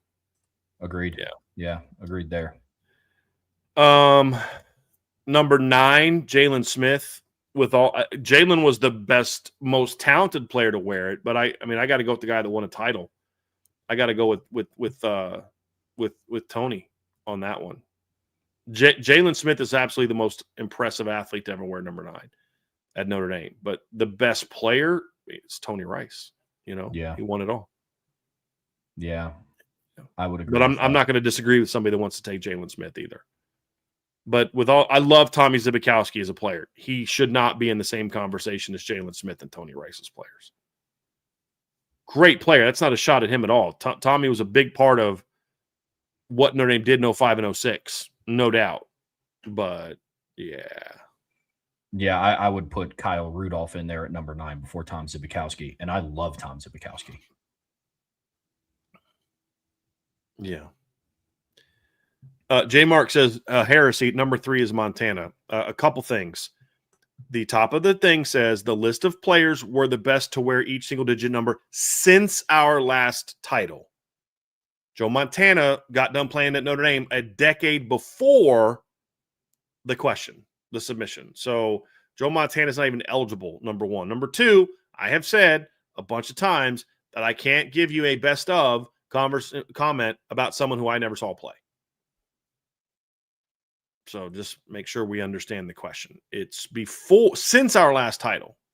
Joe Montana did not play since our last title. So I like those are some of my favorite offseason submissions. I just want to remind you guys of that. Buy, sell, hold from Brian Van Gorder's mustache. At this point, the national narrative has been written, and no matter what you say or do, it won't change. So in 2026 and on, Marcus Freeman and the Notre Dame program, to use a professional wrestling term, steer into the idea of going full heel and just embrace the bad guy image. You hate us because you ain't us kind of approach. 100% agree. Buy that in like strongly. Now, what does a heel turn mean for Notre Dame? A heel turn does not mean that Notre Dame goes away from the things that they value as an institution. It doesn't mean that they, cheat. It doesn't mean that Marcus Freeman goes out and acts like, he doesn't go out there and cut promos where he's like, ripping on other coaches or acting like a fool or like those things. That's not what I mean by heel. What I mean by heel is, look, they're going to hate you and disrespect you no matter what you do. So you just do what's best for you and screw everybody else. And what does turning heel mean to me? All right, it's the fourth quarter. We've got our backups in. We're still throwing the ball down the field. We got our backup on defense in. We're still going to blitz the heck out of you. If we can get to 70, we're going to get to 70. We're not calling off the dogs at all. You guys want to have a coordinated, ACC, you want to have a coordinated plan amongst all your league members that you then CC'd us because you're idiots. About how you're going to go against keeping us out of the playoffs, cool. We got something for you. So it's no more Mr. Nice Guy. That doesn't mean, again, that you can't, that you act disrespectfully, that you act like a clown, that you take cheap shots. I don't want Notre Dame players, acting like Miami players from the 80s. I don't want that. That's not the heel turn I want to see because Miami was that heel team back in the 80s. Notre Dame was the baby face and Miami was the heel. I mean, that's kind of how it was. But I don't want to see that. It's kind of like, I'm trying to think of Trev, you and I were talking about Macho Man earlier. And I said, Macho Man was one of my favorite heels because he was like a heel that people liked, where a lot of heel, the best heels are guys that people hate. Like Ric Flair was a heel for most of his career. He's still very popular and successful, but that's kind of where I'm at on that. It's taking every ounce of me not to do my Macho Man impression when we're having these conversations. I won't lie to you, dude. I've been waiting. I've been waiting. But look, I also want them to go full bore into it. That's the biggest thing for me. And that's from everybody, top down. That's not just Marcus Freeman and the individual players. In today's day and age of college football, whether you love it or you hate it, social media plays a big role in this. The Notre Dame Fighting Irish media team also should lean into this villain era-esque type of thing. Stop with the, another game day, woo. We got to get out of no, teams should not want to play this team this year, this upcoming season. Lean full bore into that. Now, don't do anything out of character. Don't call out specific players, but there's certain ways to go about it. Revenge tour-esque type of things. I don't want it to, with all due respect to some of the very famous songs played by the Notre Dame band, I don't want hype videos coming out of, the song played by the band. That's just your goal. And what makes heel turns in professional wrestling so effective are the promo cuts. The promo cuts for a football team are what the media team releases. And that's what you have to do. That's my whole thing. Right. From Marvin, 2584, buy, sell, hold. After missing the playoffs once again in 2026, Southern California fans will finally have had enough of the Lincoln Riley and Jen Cohen. The fans will be in such an uproar that the administration will be forced to remove Riley, but Cohen will throw him under the bus to save her own job. She will then come crawling back to Notre Dame, and the rivalry will be back on in 2028. Well, I can't do my Macho Man impression when I'm answering a question about Lincoln Riley because there's nothing macho about that guy. So, I'll buy this actually. Oh, I think she'll throw him under the bus with a quickness if he keeps losing. Here's the thing. You do what USC did. It better work. If you want to have a job beyond the next 2 years, it better work. You better be in the playoff in the next 2 years or you're going to get torched. Absolutely torched. Unfortunately, and as much as I would love to buy, I'm going to sell this because I don't think USC fans are going to be in an uproar. Some are, Oh, but Trev, look, I get what on Twitter. I get what you're saying, but I've talked to some people. The people that matter are not Twitter. The people that matter, former players, big boosters, people that actually have sway, they're pissed about this. So we see the weak-minded Twitter people about this. But I'll just to give you a heads up, the people that have the bucks, the people who the AD actually answers to, I've been told a lot of them, not all of them, a lot of them are not happy about what went down. Like they're really pissed, which like I said, that's why it better work. And I don't care about what people on Twitter are saying, but let's just say this: Petros and Keyshawn are not in the minority of people. They're just the ones out there saying it. But there are definitely some people that are real pissed off right now. fair. And I believe that. I just hope that there's some action that follows it. I mean, it's one thing to be mad, but and basically it was then this better work, basically, is the mantra. If you're going to do this, you better freaking make the playoff. And if he doesn't get the job done, then I think she will. My opinion, I think she's basically catering to what her head football coach wants. Because let's be real about something. At most schools, and I would throw USC in there with when you consider what Lincoln Riley makes, the head football coach is more powerful than the AD. So, yeah. And Johnny 53 said, according to Brady Quinn, Jen Cohn is originally on board with continue the series. Check out his pod. I heard that. That's not the first person that I've heard that from. Again, I think she's doing the bidding of her head football coach, who I don't believe she hired. And if it doesn't work, then I think she will throw him under the bus quickly. And then she'll blame Lincoln. Like, I don't think it's a coincidence that there's people out there that know that's what she wanted to do. I think she let people know that ultimately that's what she wanted to do, because then she can run cover. So, well, I just went along with my football coach. I didn't actually want to do that. And, now that it hasn't worked, he's fired and we're going to go. Sure. Or we're going to encourage him to do something different. Yeah. Very interesting one.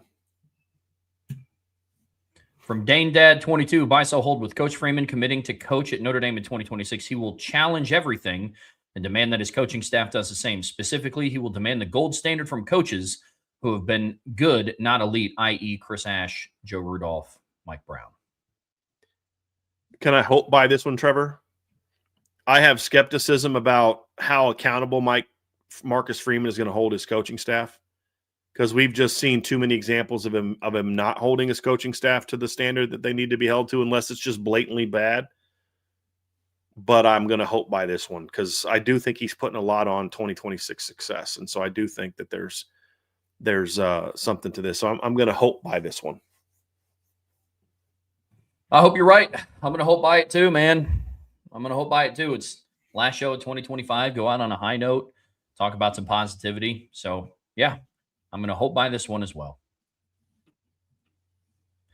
Another one from Dane Dad. The administration will defend themselves with the PR tour that USC is engaging in and will push back and release information about the negotiations and where they fell apart.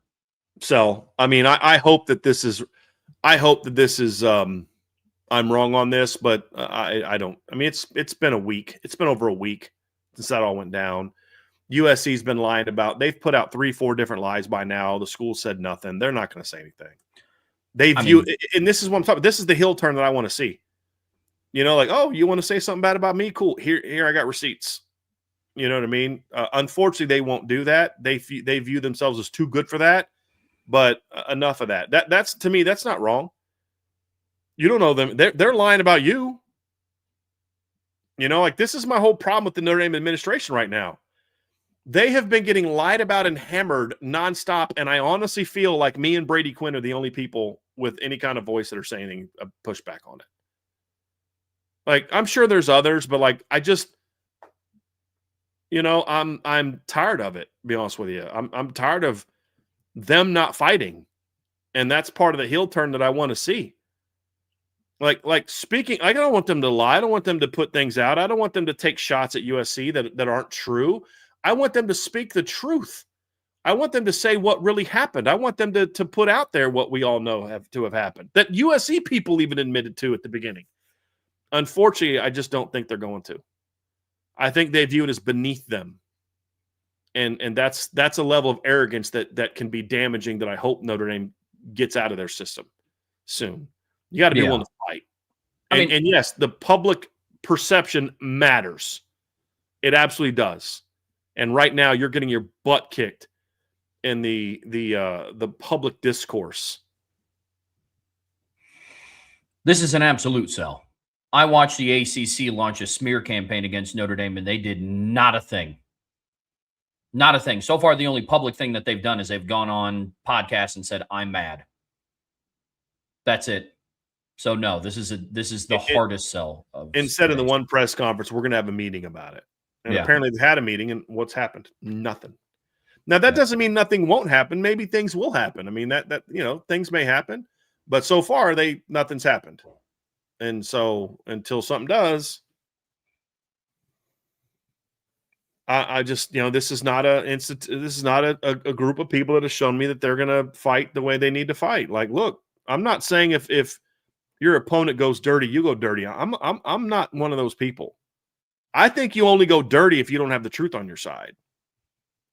But as NH said, I mean, her tweet, she said, or her post, she said, oh, where was it? Let me find it. She said, shine the light of truth. That's who I am.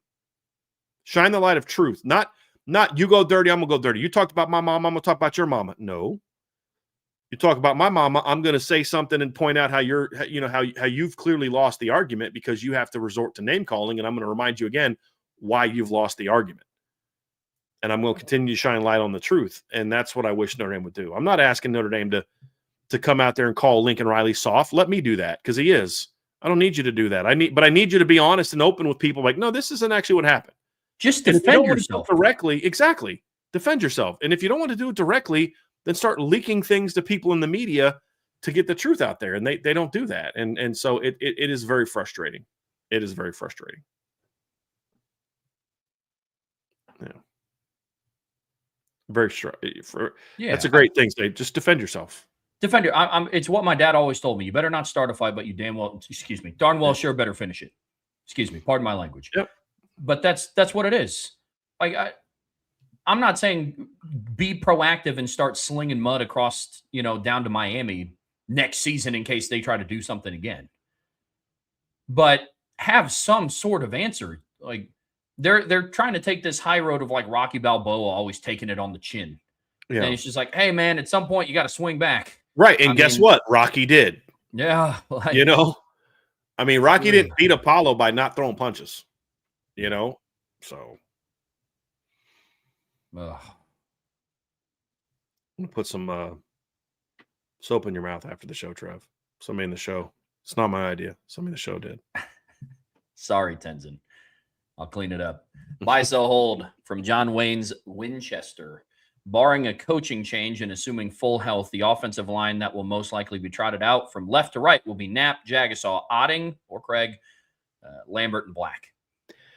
I think you got the right five. I would guess that what you're going to see is Will Black at left guard, Lambert at right tackle, and Jagasaw at right guard. If everybody's healthy, that's what I think we will see. I hope I'm wrong, but that's what I think we'll see.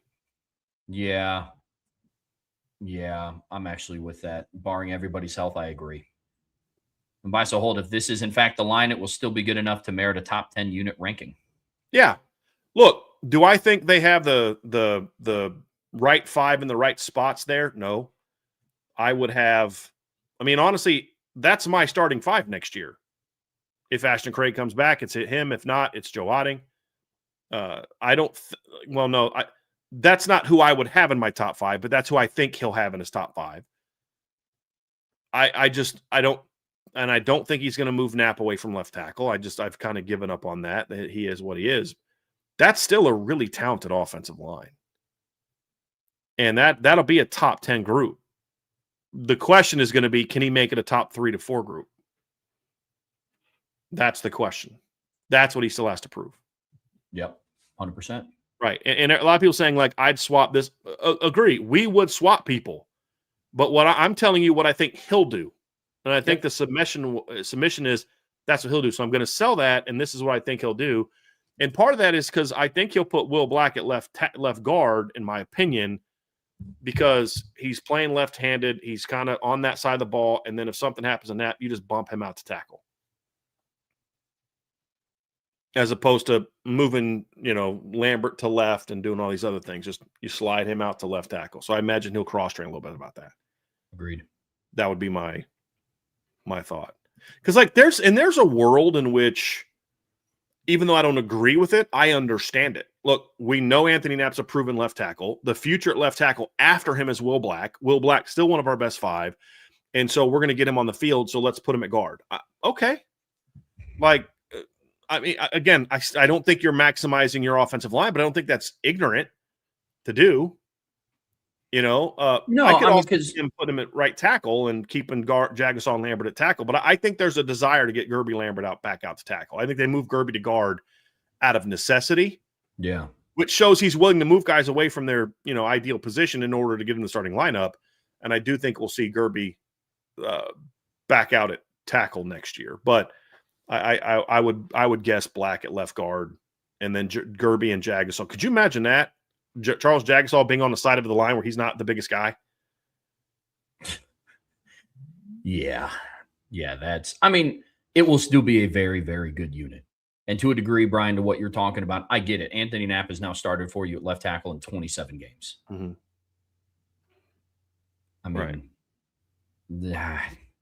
Again, I think that's a lame excuse for a coach to use. Agreed. Because as I pointed out, what Alabama's done with Barrett Jones. But I do think that will be the reason why he'll say, well, I don't know that Will Black can be better than him at left tackle. And you know what? We don't either. But sometimes that's part of football, man. That's part of what you get paid money to do, is to take those chances and make those decisions.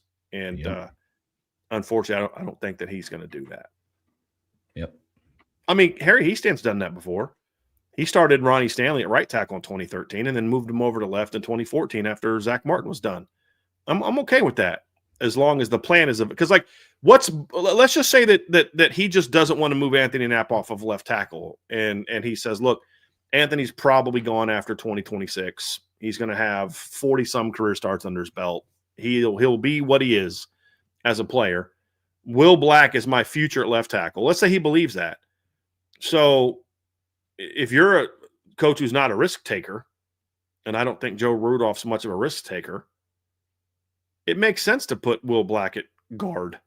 And because you still want to get him on the lineup, it tells you that he values Will Black as a player. I don't know that. I mean, I could see them maybe putting Sylvan Atcher still there and Will Black still on the bench and those type of things. But that's how I see it. That's how I see it. I hope I'm wrong. But I still think that right there, if his lineup that John Wayne's Winchester goes with, if that's the starting lineup with no changes, that's definitely a top 10 lineup if they can stay healthy.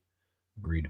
That's a top 3 talent offensive line, and they'll play like a top 10 offensive line. Mm-hmm. From ND for life, buy, sell, hold. Choosing to stick with CJ Carr will turn out to be a better option than having Deuce Knight. Oh, absolutely buy. I mean, CJ was a better prospect than Deuce, and Deuce is a heck of a prospect. I'm not one of those people that because Deuce went somewhere else, I'm like, oh, he wasn't that good anyway. No, yeah, he was. He was very talented, but CJ Carr was always better. Same with Dante Moore. Part of the reason that you didn't get Dante Moore is because you made the choice. You weren't going to get Dante and CJ. It just wasn't going to happen. And Tommy Reese made the decision to go with CJ Carr, and I think it was the right decision. Absolutely. Oh, I agree 100%. I mean, look, fact of the matter is right now going into 2026, I'd be willing to bet you anything that FanDuel is going to have CJ Carr as a Heisman favorite going into the 2026 season whenever those lines get released, and Deuce Knight is in search of a different school. Like that, sure. That's where they're at. Wasn't there a point where CJ was in the top 10? Wasn't there a point with FanDuel that CJ was actually higher than Jeremiah Love at one point? He was not in the top 10, but he was ahead of Jeremiah Love at one point in time. Yeah. That is correct. Yeah. Buy, sell, hold. Another one from ND for life. USC has chosen the path of risk to trying to get an easy win over competition by not continuing the ND series, seeing how they can't even win the Alamo Bowl. I understand. Bye. Yeah, I mean they're definitely trying to do some risk management, certainly, by taking an easier path. 100%. Absolutely. 100%. Risk averse for sure. Maybe. Mm-hmm. So now their options are you can't schedule Notre Dame or TCU with a backup. Yeah, that's rough. Yep. Maybe our flag football team will get a phone call. That's right. Oh my goodness. It's the level of competition they're looking for. We might not be the biggest, the fastest, nor the strongest, but we're going to be passionate. You better believe that. Better believe it. Bisa Holt from ND for Life, moving all Notre Dame's Olympic sports to the Big East and seeking football opportunities elsewhere, Big Ten, SEC, or Big 12, if the ACC keeps playing games with Notre Dame. 100% buy. 100% buy. I think there's some advantages to, and like what I would like to see Notre Dame do is move them to the Big East and then do some deals with all the Power 4 leagues to get some minimum guaranteed number of games against their league. I think that would be something that, first of all, any decision has to benefit Notre Dame. And that's kind of like number one. But if something benefits you and also maybe creates some goodwill with other leagues where you're doing this thing, because it's one thing to say, okay, we're going to schedule 2 SEC teams every year. That's fine. That's what I want to see them do. But what if you did it publicly where you said you and Greg Sankey meet or have a joint release? Hey, we're guaranteeing that we're going to have 2 games against SEC teams every year, and the SEC welcomes this new matchup with Notre Dame, and we think this is good for our league and exposure, and then we can, and vice versa. And then you do something where you schedule a couple games with the Big Ten, a couple games with the SEC, or the Big 12, and then the ACC on top of your Clemson series. I think now you're kind of building some goodwill with those leagues, saying, hey, like, look, we help you, you help us, and I think that's something that would be viewed as Notre Dame giving in, I think by some, but I think that would actually make a lot of sense for Notre Dame. And then you're getting something out of it. They think they're getting something out of it, and it works best for all parties, and you're still an independent football team. And you don't have to worry about being, in one particular league to 5 or 6 games a year. I think that would make a lot of sense. I'd love to see something like that. I mean, selfishly, just for like Notre Dame's men's basketball, I would love to see some of those Big East rivalries come back. Oh, yeah. Georgetown, Villanova, UConn. That'd be a lot of fun. Isn't St. John's in the Big East as well? Yes, sir. Yes, sir. Yeah. Yeah. I mean, I remember, let me look at this real quick. I think Marquette's in there. Yeah. You've got UConn, you've got St. John's, Villanova, Seton Hall, Georgetown, DePaul, Providence are all kind of like OG Big East members. And then Notre Dame came in. Marquette is in there. And then, Xavier's in there. I mean, that's a local game. You've got Butler. It's an in-state opponent. Like, that would make a lot of sense. And right, 5, 6, 7, 8, 9. There's only 11 teams in the Big East right now. So it's not like it was. Remember when they got up to like 20 teams? It was insane. Yeah. It just was like, this is stupid. And that's a good basketball league, and I think that'd be good for the women's basketball team. I think that'd be good for the men's basketball team.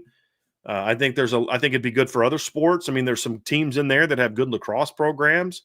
I don't know about soccer, but I think that would actually be something that would make a ton of sense. Now, now here's the thing, though. We're talking about, would that be good for the sports teams? I don't think there's any doubt, Trevor, that it would be good for the sports teams, but you're not just doing this for the sports teams. You're also doing this because you're getting paid 8 figures as part of your deal with ESPN. Now, the Big East, and I think it was like Fox and CBS. Let me look that up, because they're not with they're with ESPN Plus in 2024. They signed an agreement. Fox is the lead partner with NBC Sports and TNT joining the roster. Like, that sets up perfectly for Notre Dame because you're already with NBC and you're now going to NBC saying, hey, we're going to add value to the Big East basketball brand by bringing the Notre Dame brand over. And then you get something from that. Like you give us more in our TV deal by us doing this. I think that would be perfect. Agreed. I think that'd be great. Buy, sell, hold again from ND for Life. Staying up past midnight for New Year's Day celebrations is overrated. I'm old, so I'm in bed by 9 every day. I'm up past midnight every night anyway, Trev. Trev will get with all the guys that have worked for me, I did this with Ryan, I do it with Vince and Trev, and I'm always up working super late till 2-3 o'clock in the morning anyway. I say, if you get texts in the middle of the night, do they go off and does it wake you up? And they're always like, no, I turned my thing. I'll say, cool. So Trev a lot of times will wake up with notes from me, as things I've thought of 2 o'clock in the morning, okay, Brian wants me to do this, this, this, and this. So I'll be up at midnight tonight. Yeah. I don't know that I'll be my wife will probably call me up. She likes to watch the ball drop, and we'll probably watch that, but I don't really care. She likes it, so I do it. And but I'm always up at midnight. Yeah. My time staying up past midnight has started to dwindle over the last couple seasons. It's every year I get older, the less and less that I'm up. Because on a normal night, I'm in bed by 10:30. Yeah. So I texted you last night 11 something, and you were up, and I was like, I wasn't expecting a response from Trevor. I was like, you okay, man? Everything good? I was surprised that I was up. Yeah, man. I was watching the Notre Dame basketball game that tipped off at 9. So I love it how the basketball team won a game last night despite scoring fewer points than the football team. Yeah. Yeah. That was wild. That was a big win, though, Trev. That was a very important win for them. Stanford's not ranked, but they were 11-2 coming into the game. It's a conference game. It's on the road. They needed to get that nasty taste from the last game out of there. That was a quality win for them. Oh, yeah. I mean, Stanford had the number 4 scorer in the country, and they held him to 7 points. I mean, it was very much a defensive affair, but I think that was the focus from Shrews. I mean, he was after the defensive performance from Purdue Fort Wayne, I could absolutely understand why that was the main focus. I mean, Braden Shrewsbury ended the night without a point. Defensively, he was spectacular. So team's still very raw. Jalen Harrelson is still very raw, but very, very talented. But he battles, though. I mean, he had 8 turnovers last night. He had 8 of the team's 12 turnovers. But he had a shot he took, and I'm like, that was a terrible shot. But he follows the ball, gets it back, and has to put back. And you're like, dude, this kid's going to be all right. I mean, and Carson Tout has been a force on the glass. Dude, he's ridiculous on the glass. I can't, man. I did not think I would see the year where announcers in game are talking about how Notre Dame can't be, quote, stopped on the boards. I was like, yes, they were anything. They were being stopped on the boards all last season. So it's been great. Mark Zachary got a rebound last night. Dude, he is, watching him with the ball, he's fast. Real quick. Oh, it was so impressive. You could tell in his first minutes, Shrews was like, hey, buddy, go camp out in the corner. We're gonna let you hang out there. But defensively, he was great. Yeah. Yep. From Iden Benami, buy, sell, hold. Coach Freeman's tweet was peculiar and not the wording sole forum we'd expect coach to announce he's running it back in 2026. Nitpicking or not, curious. I buy that. I think it was very specific wording. I think it was annoying that it came in that and not in some sort of formal release. Running it back for 2026 is when players say that, what does it mean? I'm coming back for one more year. That's what it means. So it tracks with everything that I've been telling you guys. But yes, I buy that. Trevin, you and I talked about this yesterday off air about it was an interesting way to word that. And guys, look, Marcus Freeman's a smart guy. Marcus Freeman's also someone who doesn't like to say things that he knows aren't true. I don't know if those two things had anything to do with what he said in that, but I put more stock in when he says, and he doesn't tweet. So I put a lot into that. Yeah, that told me something. Number one, it told me he's coming back next year because Marcus Yes. Freeman is not going to get an offer from an NFL team that he wasn't expecting in 2 weeks and then take it. I that would shock me more than anything that's ever happened in Notre Dame. I don't think that's who he is. I think when he puts that out there that, hey, I'm coming back, I think he's a man of his word. I think he's going to come back. I don't see something coming along. I mean, I could be wrong, but I just don't see it. And honestly, that's all. At the end of the day, that's truly all I care about. I'm focused on 2026 season. That's what I care about. Very well said. I'm going to buy this and leave it with all of my attention and focus is on 2026. Yeah. I agree completely. Yeah. And then another one from Idan. A conference logo on a team's jersey makes the games and teams harder. Yeah, I love that. Apparently, that's a buy. I love the pettiness of that comment. Apparently, that's a buy because, you could have the same record in one league, but you come up to another league that has a different logo on your chest, and all of a sudden it's harder and tougher. And well, that's what I've heard. Yep. I love the pettiness there, my friend. Very well done. Buy, sell, hold. Idan Benami, Miami plus 9.5 is a lock. You're the better, Trev. I'll let you go first on this one. Yeah, a lock, sell. I won my score prediction yesterday was 24-13, so I don't even have Miami covering. This Ohio State defense is nuts. So unless the final score is going to be 10-6, I don't see Miami covering. But I mean, if anything, from a betting standpoint that I've learned this year in this college football season, there's very few things that are a lock. And the stuff that is a lock is not worth betting on, like a Jeremiah Love anytime touchdown at minus 650 odds. Yeah, it's a lock. It's not worth the money. So yeah, I'm selling that. I don't think it's a lock.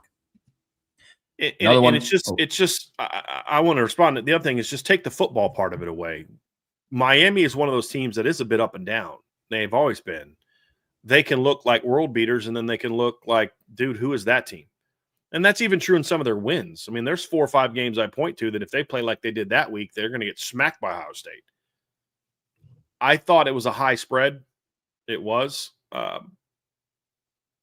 But it could happen. So that's what I say. I don't know that I'd say it's a lock. It could happen, but I would say it was surprising. Agreed. It was surprising.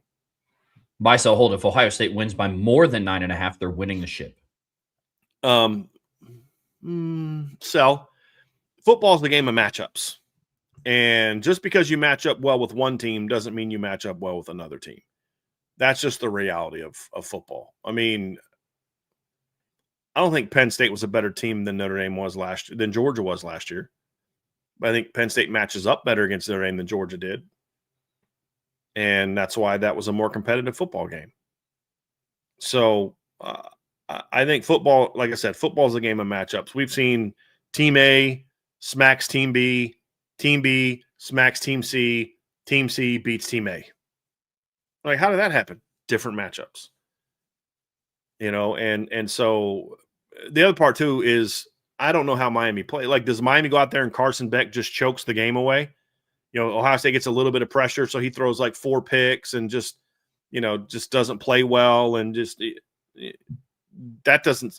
Ohio State did some things to point that, but if they win by more than 9.5, because Carson Beck basically kind of punks out, that doesn't tell me that they're going to go beat Georgia and because we've seen Gunnar Stockton play in a playoff game, and he played okay, but he battled his tail off for 4 quarters. He didn't punk out. He didn't. Pressure comes and he turns into a turnover machine.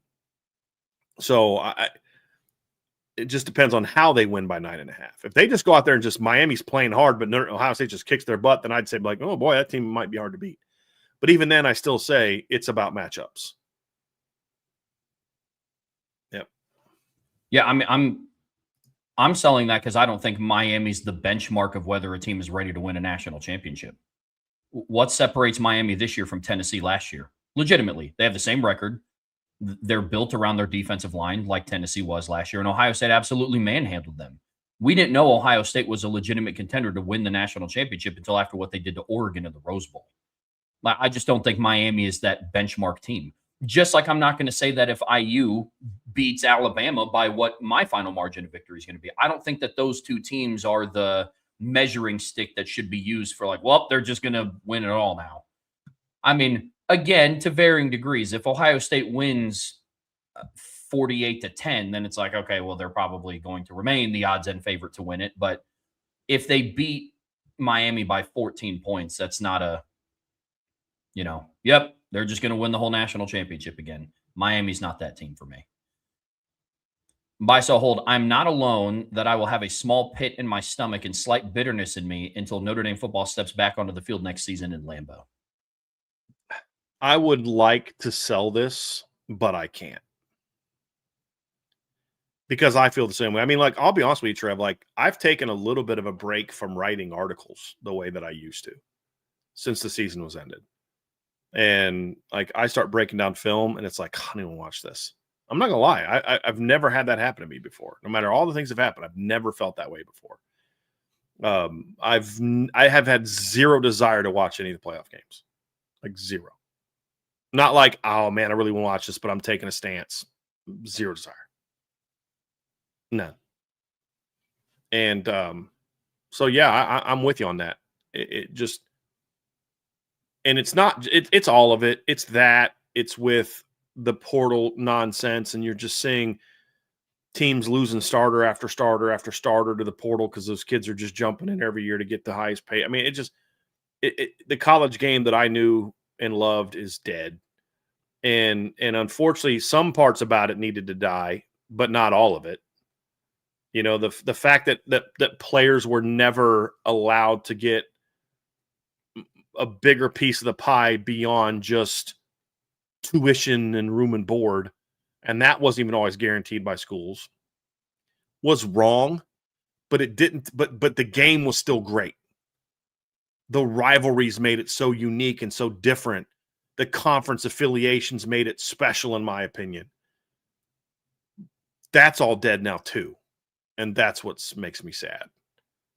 You know, the desire, there were still a lot of coaches that cared about, hey, we want to come here and develop young men and on the field, off the field. There was that, and that's dead. Because you're like, look, I only know the only thing I know for a fact is I get this kid for 1 year. That's it. That's it. I mean, this is a buy for me too. I wake up every day and think about how Notre Dame should be in the playoffs. I wake up every day and I think about what I was doing last year at this time. Yep. That's how I think about this, unfortunately. Mm-hmm. I mean, it's one thing about having like unfinished business, but to know that they should have been in and that was completely taken away, that sucks. Like flat out. I watched the Alabama-Oklahoma game at a buddy's place, and I sat there and looked at that and said Notre Dame would beat either of these teams by 14 points at least, and I would die on that hill. Just knowing that, that's just such a sad – because I love the quality of the game. I love Notre Dame. I just love football as a game. And that's what's been so tough about this. Like, this isn't good football. The playoffs are supposed to be football at its highest level. These games are garbage. Mm-hmm. Nobody wants to watch this. You're not the only person that's told me that, Trev, that the playoff games have just been bad. It's just been ugly football. Yeah. Like, there's no way that I was watching this Alabama-Oklahoma game. I was like, these are not two of the 12 best teams in college football. Arguably, the way that they're playing, these aren't two of the top 20 teams in college football. This is a gross game. The thing that I equated it to is like if in the NFL, if the Saints and the Titans played, like they did this past weekend, and it was a barn burner of a game, that doesn't mean that those are two underrated teams. That means it's two bad teams. Like, yes, two teams on the same level, but that level is not top 12 in the league. And that's how I felt about the Alabama-Oklahoma game. Yep. And it's just been so sad. Yeah. I mean, look, Ohio State-Tennessee wasn't a close game last year, but Ohio State looked like a great team. Mm-hmm. Indiana and Notre Dame wasn't a competitive football game, but Notre Dame looked legit in that game last year. Texas looked good in beating Clemson. I mean, there were plays where Cade Klubnik had the game of his life, and he still lost by 2 touchdowns. I mean, he was making throws in that game, Trevor. You're like, dude, there was 3 Texas guys there, and he just put that ball perfectly where it needed to be. And it was good football. The only game that I thought of the first round last year that wasn't good football, I thought Penn State SMU was a little sloppy game. But like you at least had one team in the other 3 games that looked pretty good. And guess what those 3 teams did? They all went to the semifinals and played against each other. I have not watched the games, but you can't tell me that a 10-3 A&M win over Miami was just 2 great teams battling. I'm sorry, you can't. 100%. The biggest difference, man, is after the first round last year, we were able to sit down and have a discussion of like, hey, this team might be able to make a run. Yeah. Hey, Notre Dame might be able to put something together here. Ohio State just decimated Tennessee. I mean, even we Penn were State all saying if they play like this the next few games, I don't know who beats that team. Yeah. You know what I mean? Like, yeah. 100%, man. I mean, after this year, Sean and I in the RTCF show, we tried to recap on the Monday after the first round. We're like, all right, who out of the first round is going to make it the farthest? And that conversation quickly shifted to, okay, who out of the first round can be the most competitive in the next round? Probably Oregon. Yeah. Like, I mean, I didn't watch. I've told you I haven't watched any of the playoff games, but I've seen clips on Twitter. And I mean, Alabama's comeback was built on a punter just dropping the ball in such a bad play, as I said yesterday, that it just looked like that guy got paid. And then a quarterback throwing a pick 6 on a play where literally there was nobody, none of his teammates were on the field. There was no eligible receiver for Oklahoma on the screen when he threw that pick 6. No, if there was no Alabama defender there, that's intentional grounding. Yeah. That bad. If he doesn't catch it, it's intentional grounding. Yes. Thanks. It was, it just, you watch and you're just like, nah, dude, this isn't good football. This is not good football. And the other 2 games were just too bad teams on the other side relative to playoff standards. They weren't competitive football games. Boise State last year was a legitimate good playoff caliber football team. I don't care what anybody says. And I know that because they went and played the number 1 seed in the regular season on the road and lost by a walk-off, a last-minute field goal. They took them down to the wire and then had a dominant, year where they went undefeated in every other game. Now you're playing G5 teams with multiple losses, and they weren't even the lowest seeded team. You had a G5 team with multiple losses, including a 35-point loss, and they weren't the 12th seed. So, this is what you brought. My mom, this is like, I'm not watching the Iowa Vandy game, right? But I'm watching the score, and I see that Iowa's been winning the whole time. And it's funny when you follow games on Twitter and you're like, dude, based on how the tweets are on this game, I was expecting the game to look like this. My mom texts me and she goes, boy, these broadcasters have a real hard on for this Vanderbilt QB. My mom just texted me that because she's watching the game. And I'm like, that figures. They're getting beat the entire game. And what they're probably spending the whole game talking about Diego Pavia, because that's ESPN, not the Big Ten team that's winning, but Diego Pavia. So I thought that was hilarious. My mom sent me that. I was like, that's not surprising.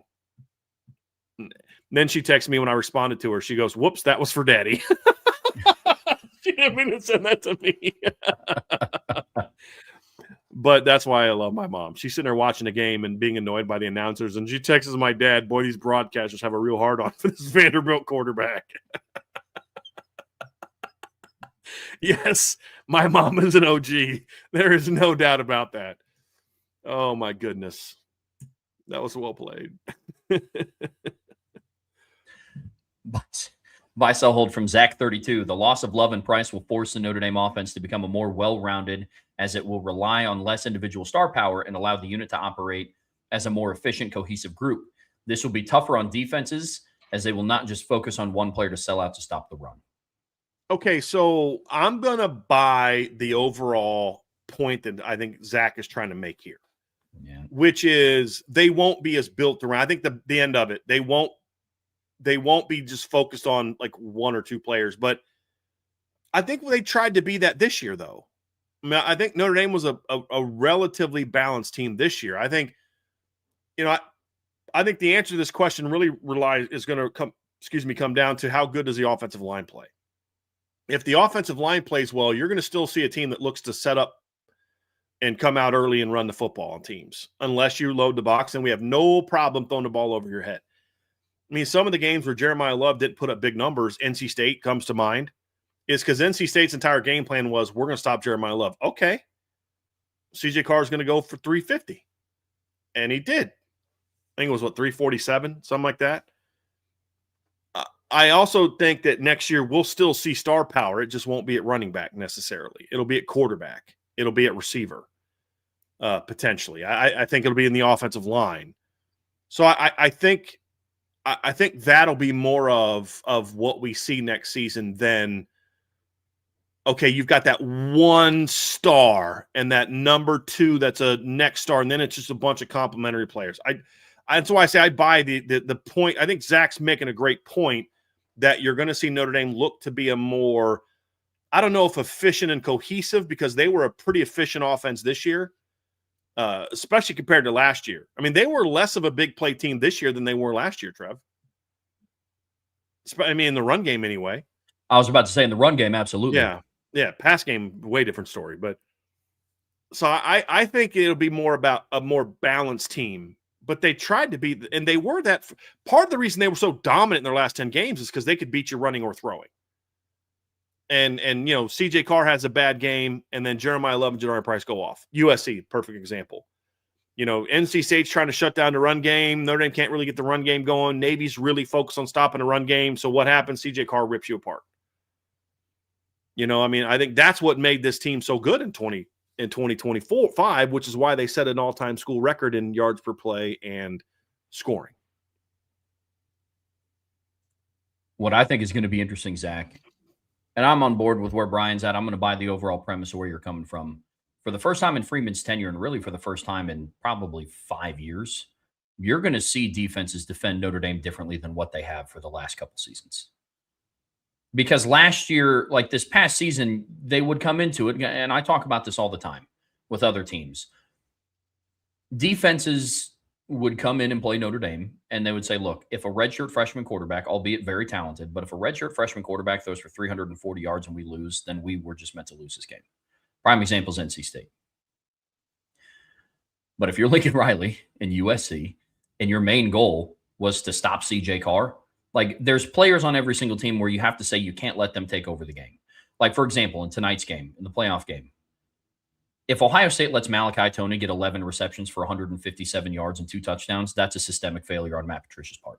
That is the one guy on that offense that you can't let go off. Same conversation could be had for Jeremiah Smith on the flip side of the coin. Next season, though, it's going to be different for Notre Dame's offense. You can't lose CJ Carr.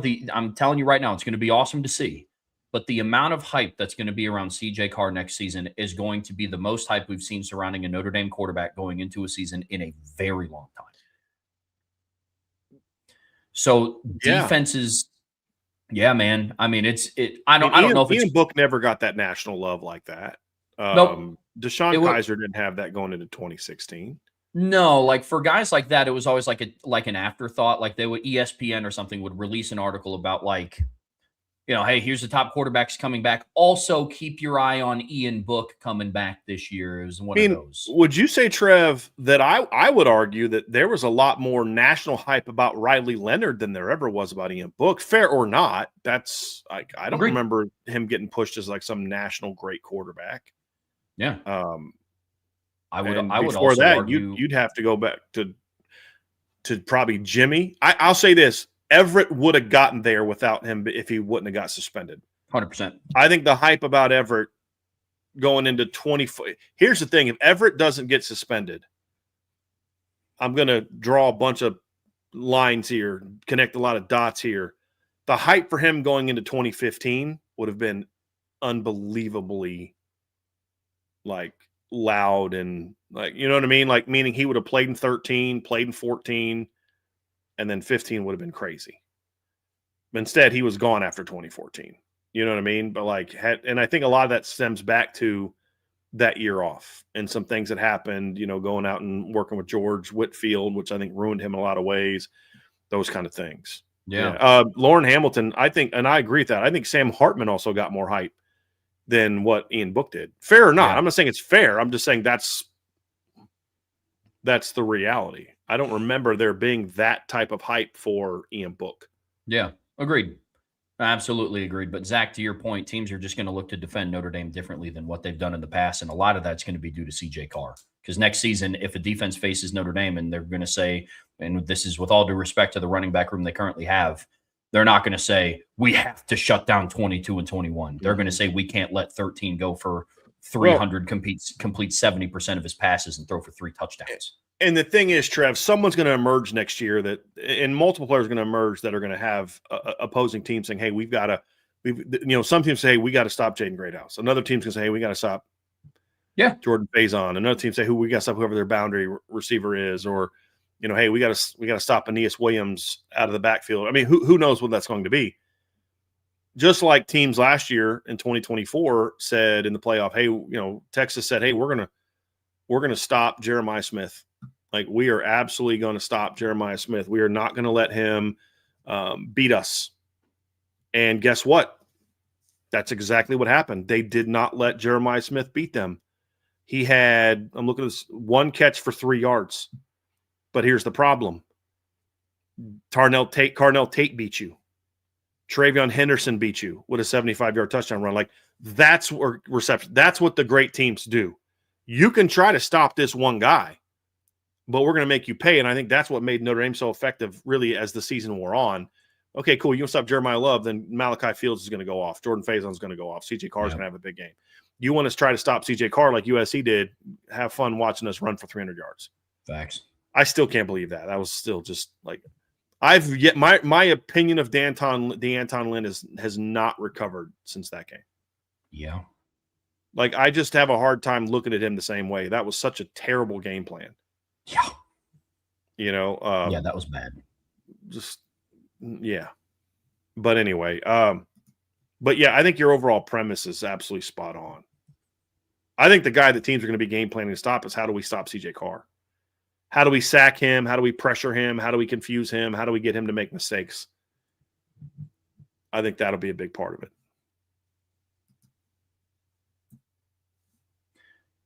Getting into part 3 of the Irish Breakdown podcast, brought to you by our friends over at FanDuel. It's buy, sell, hold today. And getting us kicked off in part 3 is Black Irish 864, a.k.a. our guy Christopher Galloway. So buy, sell, hold. Jerry Jones will sell the Cowboys so Christopher can start watching them again. Christopher is Black Irish 864, by the way. Sell. I'm going to sell your desire for him to sell. I think he's going to try to hand the team over to his son, Steven. That's what I think is going to happen. There's going to be a succession to his son. I don't think Jerry Jones is going to sell the Cowboys. Way too arrogant. As slim of a chance as it is, Christopher, for you, buddy, I hope that they do. So I'm going to buy it.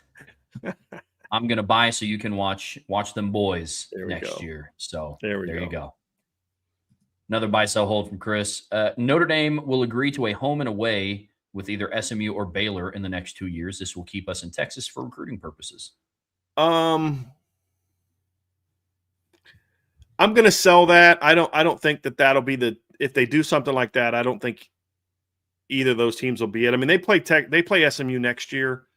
They may go to the ACC and say, hey, can we get a return trip to Dallas soon? That may be the case, but that would be something that would be worked out with the ACC.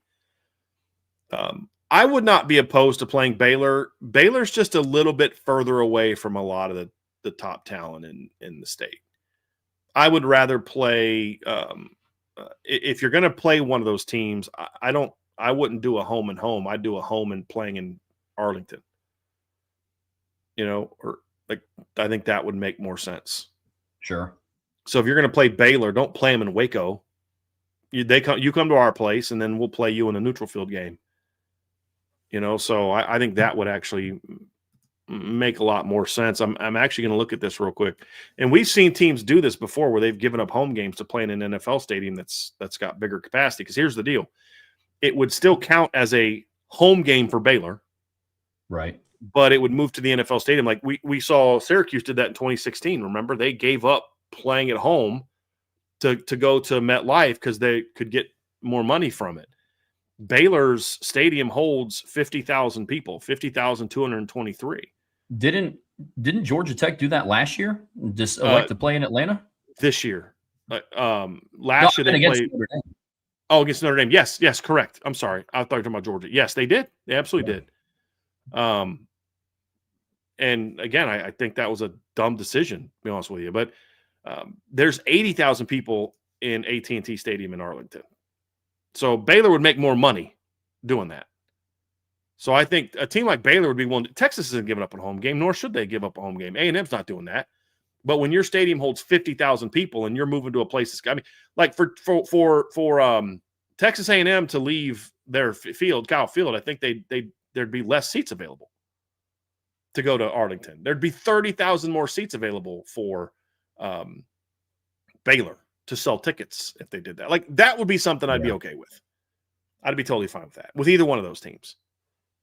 So I'll buy the premise. Somebody like that, even if it ends up being TCU instead of those two teams, I think the premise is something I would like to see, Chris. Yes. Very fair. Bice a hold from Crying Belly. Not having to suffer from biased conferences affiliated refs is the best argument for joining a conference. And this is an issue that has only gotten worse over the years. I sell that because why are you assuming that Notre Dame will be treated fairly once they join a league? I mean, look, officials in those leagues are still going to have their Michigan biases or Ohio State biases or whatever else. Notre Dame is going to be the outsider. If you think that all of a sudden Notre Dame joins a league and all of a sudden, we love you, Notre Dame, bull. Look how the ACC treats Notre Dame. I mean, look how the ACC treated Notre Dame in 2020. They weren't getting calls in 2020. So, no, I mean, the only time that would come into play would be if Notre Dame is playing an out-of-conference game and it's an ACC or whatever conference they would hypothetically join officiating crew. And even then, it's not sold. Even then, it's not a sold or done deal. Mm-hmm.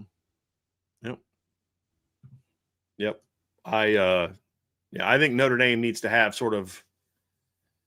they need to find some crews that they think are good crews and see if they can find a way to employ them. That's what I think they should do. Absolutely. Bice a hold from Reds fan 78. College football should drop the meaningless non-playoff bowls and move to the bowl practices to the spring schedule, thus giving portal transfers and early enrollees more practices in the spring. Sell that. I still love bowl games in theory. I think they've ruined the bowl games, but I think that they are still something that I value. So I would not want to do that. Yeah, I mean, at the end of the day, teams still need something to play for at the end of the season, or else the regular season would literally be for nothing. Yep. Because then it would truly, teams would adopt the mindset of playoff or bust. Now, you could also argue the flip side, the counter to what I'm saying is you could argue that they're already there, which I don't really have a whole lot of argument against. But there always needs to be something to play for at the end of the season. So I still think those are good experiences. I hate what bowls have turned into. But what's funny is the entity that has destroyed bowl games is the one that hosts most of the bowl games and airs most of the bowl games, which is just moronic and just shows you the level of incompetence that ESPN has from a leadership standpoint. Like, oh, they're making money. And it's like, okay, how is that acceptable when they could be making 35% more if they would have done this right? Right. Yeah. 100%. Bice a hold from Son of Donald. Bryce Young is moving inside in spring of 26. Sell. Look, they weren't planning on doing that before Josh Burnham left. You can't afford to do that with Josh Burnham now gone. That's definite sell. And then the next one is assuming Young moved to D tackle, Christopher Burgess earns a starting spot opposite Traore. Sell. I think the player of that duo that will move inside is going to be Chris Burgess. Chris Burgess already weighs, from what I was told last week, Chris Burgess already weighs at least 15 pounds more than Bryce Young. He'll be the guy moving inside. And it's good weight, too, I was told. Like, he had a heck of a year of development. I think he'll be the one that moves inside. So I'll sell that one as well. And Bice a hold, one wide receiver tight end currently on the roster is a first or second team All-American in 26. I'll buy that. I'll buy that, Trev, because I think someone, whether it's a tight end or a receiver, is going to break out with CJ. If CJ Carr's as good as we think he's going to be, and there's good throwing the balls I think they're going to be, I'll be surprised if like somebody doesn't become like a guy that, even if a receiver has 900 yards, but he has 13 touchdowns, he's got a shot to be a second team All-American. I could see a tight end being that way. I could see James Flanagan having sort of that breakout season or something like that. I think there's just, and a lot of this comes down to CJ Carr. I'll buy that that's a possibility for 2026. I don't know that I'll predict it when we do our preseason All-American predictions, but I see this as a possibility. So I'll buy it as a legitimate possibility for next season. That's fair. Definitely. I would probably say the leading candidate as of right now, depending on what they do in the portal at wide receiver, is Jaden Greathouse, I would assume, but it's just a lot of question marks here. I would love to say so. Some of it also is just about some of the other wide receivers and tight ends coming back to college football across the country too. I mean, one of them, like it or not, one of the spots locked at wide receiver is already locked up on the first team. Jeremiah Smith, barring an injury, is going to be a first-team All-American next year. And should be. Yeah, absolutely. So some of it is just who else is available to be a first-team or second-team All-American. But if Dante Moore comes back and Evan Stewart's healthy, or DeCorian Moore is going into sophomore year, I mean, there'll be options if Cam Coleman goes to a team that actually knows how to throw the football. Right. Right. There's going to be a lot of those options. But, yeah, I think there's a guy that has a shot to be that. Sure. Yeah, absolutely. From Poe Welch 84, buy, sell, hold. Lincoln Riley has nightmares of Notre Dame running the ball down USC's throat. Absolute buy. Absolute buy. That's an easy buy. And honestly, that's partly, I think, why he was so bitter in his little cry fest yesterday, or 2 days ago. Like he's got to act tough, you know what I mean? Because he knows he's not, and because he knows Notre Dame punked him. So now that they don't have to play anymore, he wants to talk tough and act like he's got some you-know-whats, and he doesn't. And it's because it's not only did they lose, but they just, physically got beat up in a couple of those games. I mean, the best team he had needed to put a game away late against a Notre Dame team that was not a very good football team. And they still struggled to put that team away with Drew Pine at quarterback. Yeah. Come on. I'd buy that as well. Yeah. Another one from Poe, buy, sell, hold. Cam Coleman ends up at Ohio State. I'm going to sell that. I think he stays in the SEC. I don't think he's going to cost a lot of money, and I don't think Ohio State needs a guy like him opposite of Jeremiah Smith. Like, they may lose Cardinal Tate to the NFL, they'll still have plenty of talent at wide receiver. Like, there's other needs that Ohio State should spend $2 million on or whatever besides that.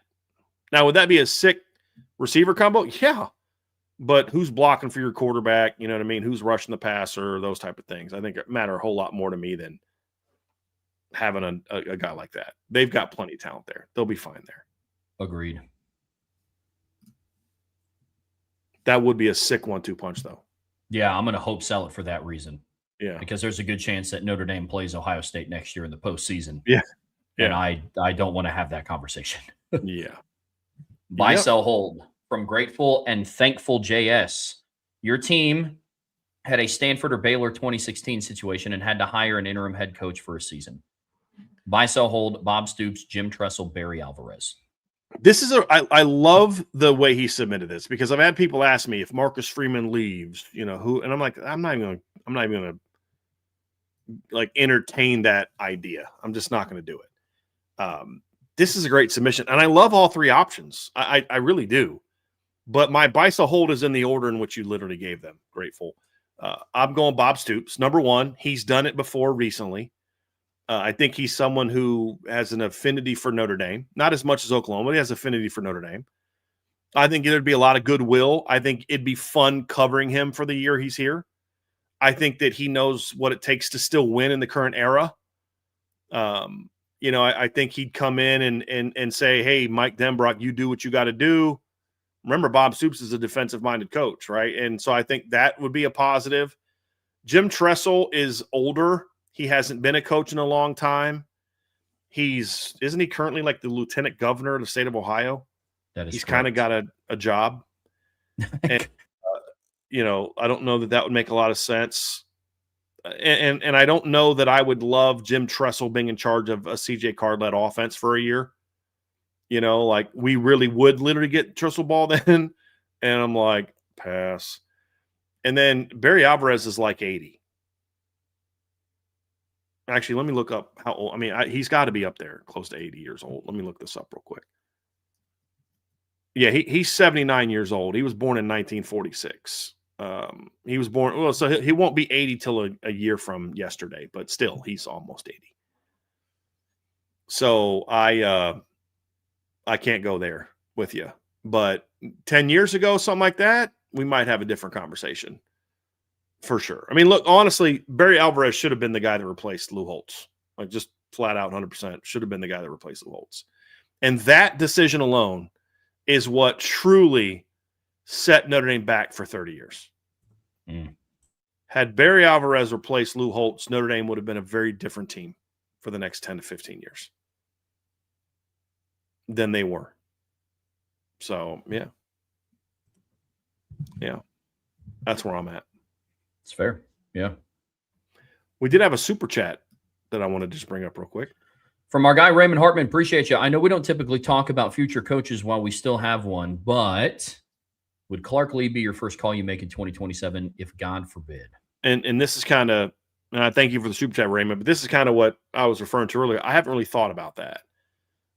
Would I be interested in talking to Clark Lee if that time ever comes? Of course. I have a great deal of respect for Clark Lee. Clark Lee treated me very well when he was here. I had a good relationship with him. He did a great job. I mean, I've said this before. This is back when we used to be able to actually interview coaches at Notre Dame. But when I was at BGI, we would go interview the coordinators, and I had a one-on-one with Marcus Freeman, a one-on-one with Chip Long, a one-on-one with Clark Lee, and it was supposed to be like a half an hour, and it was towards the end of the day, I think on like a Friday. And the SID comes in, and he's like, "Hey, coach, we got to wrap this up." And he was like, "No," he's like, "We're good." He goes, "Well, I got a headache." He goes, "Go ahead, we're good." We sat there for 2 hours. The interview part took about 30, 40 minutes. The rest of it was just talking ball.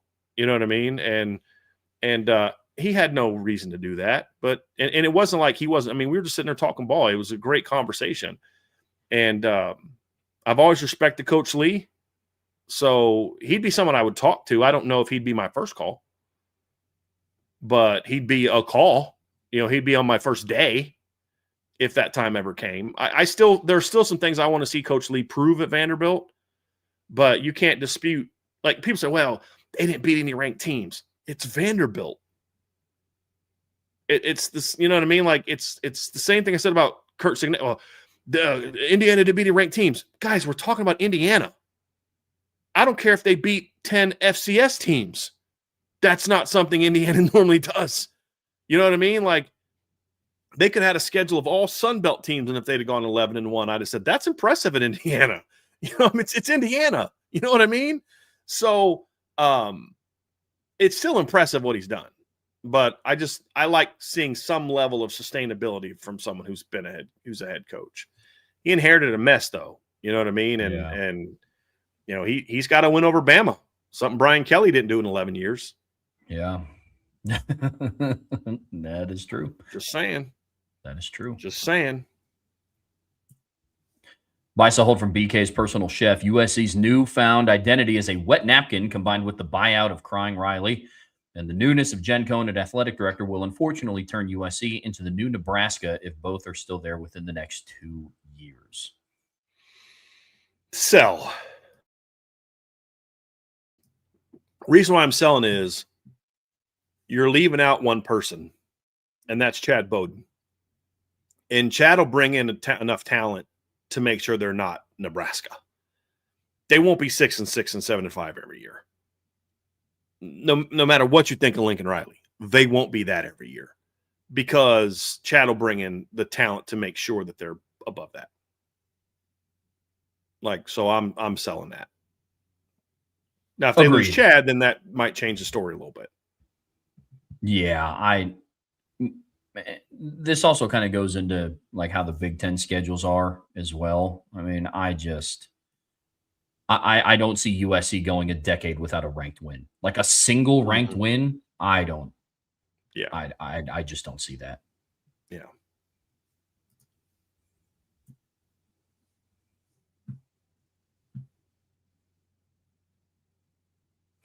Buy sell hold from BK's personal chef. Notre Dame has a freshman or redshirt freshman who is starting by game 5, not due to injury. Oh, that's a buy. Yeah, or redshirt freshman, that's a buy. I mean, there's going to be plenty of guys in that conversation. I mean, you're going to have Will Black possibly in that conversation next year. You could have, I think Kadon Finley might have a shot to start for Notre Dame this year if they don't go get a portal guy. I could see James Flanagan, kind of stepping in the starting lineup at some point in time for Notre Dame this year. I wouldn't completely discount Matty Augustine being in the conversation to be one of the 5 starters on the D line or offensive line next year. So, yeah, I could certainly see some redshirt freshmen and true freshmen playing. I mean,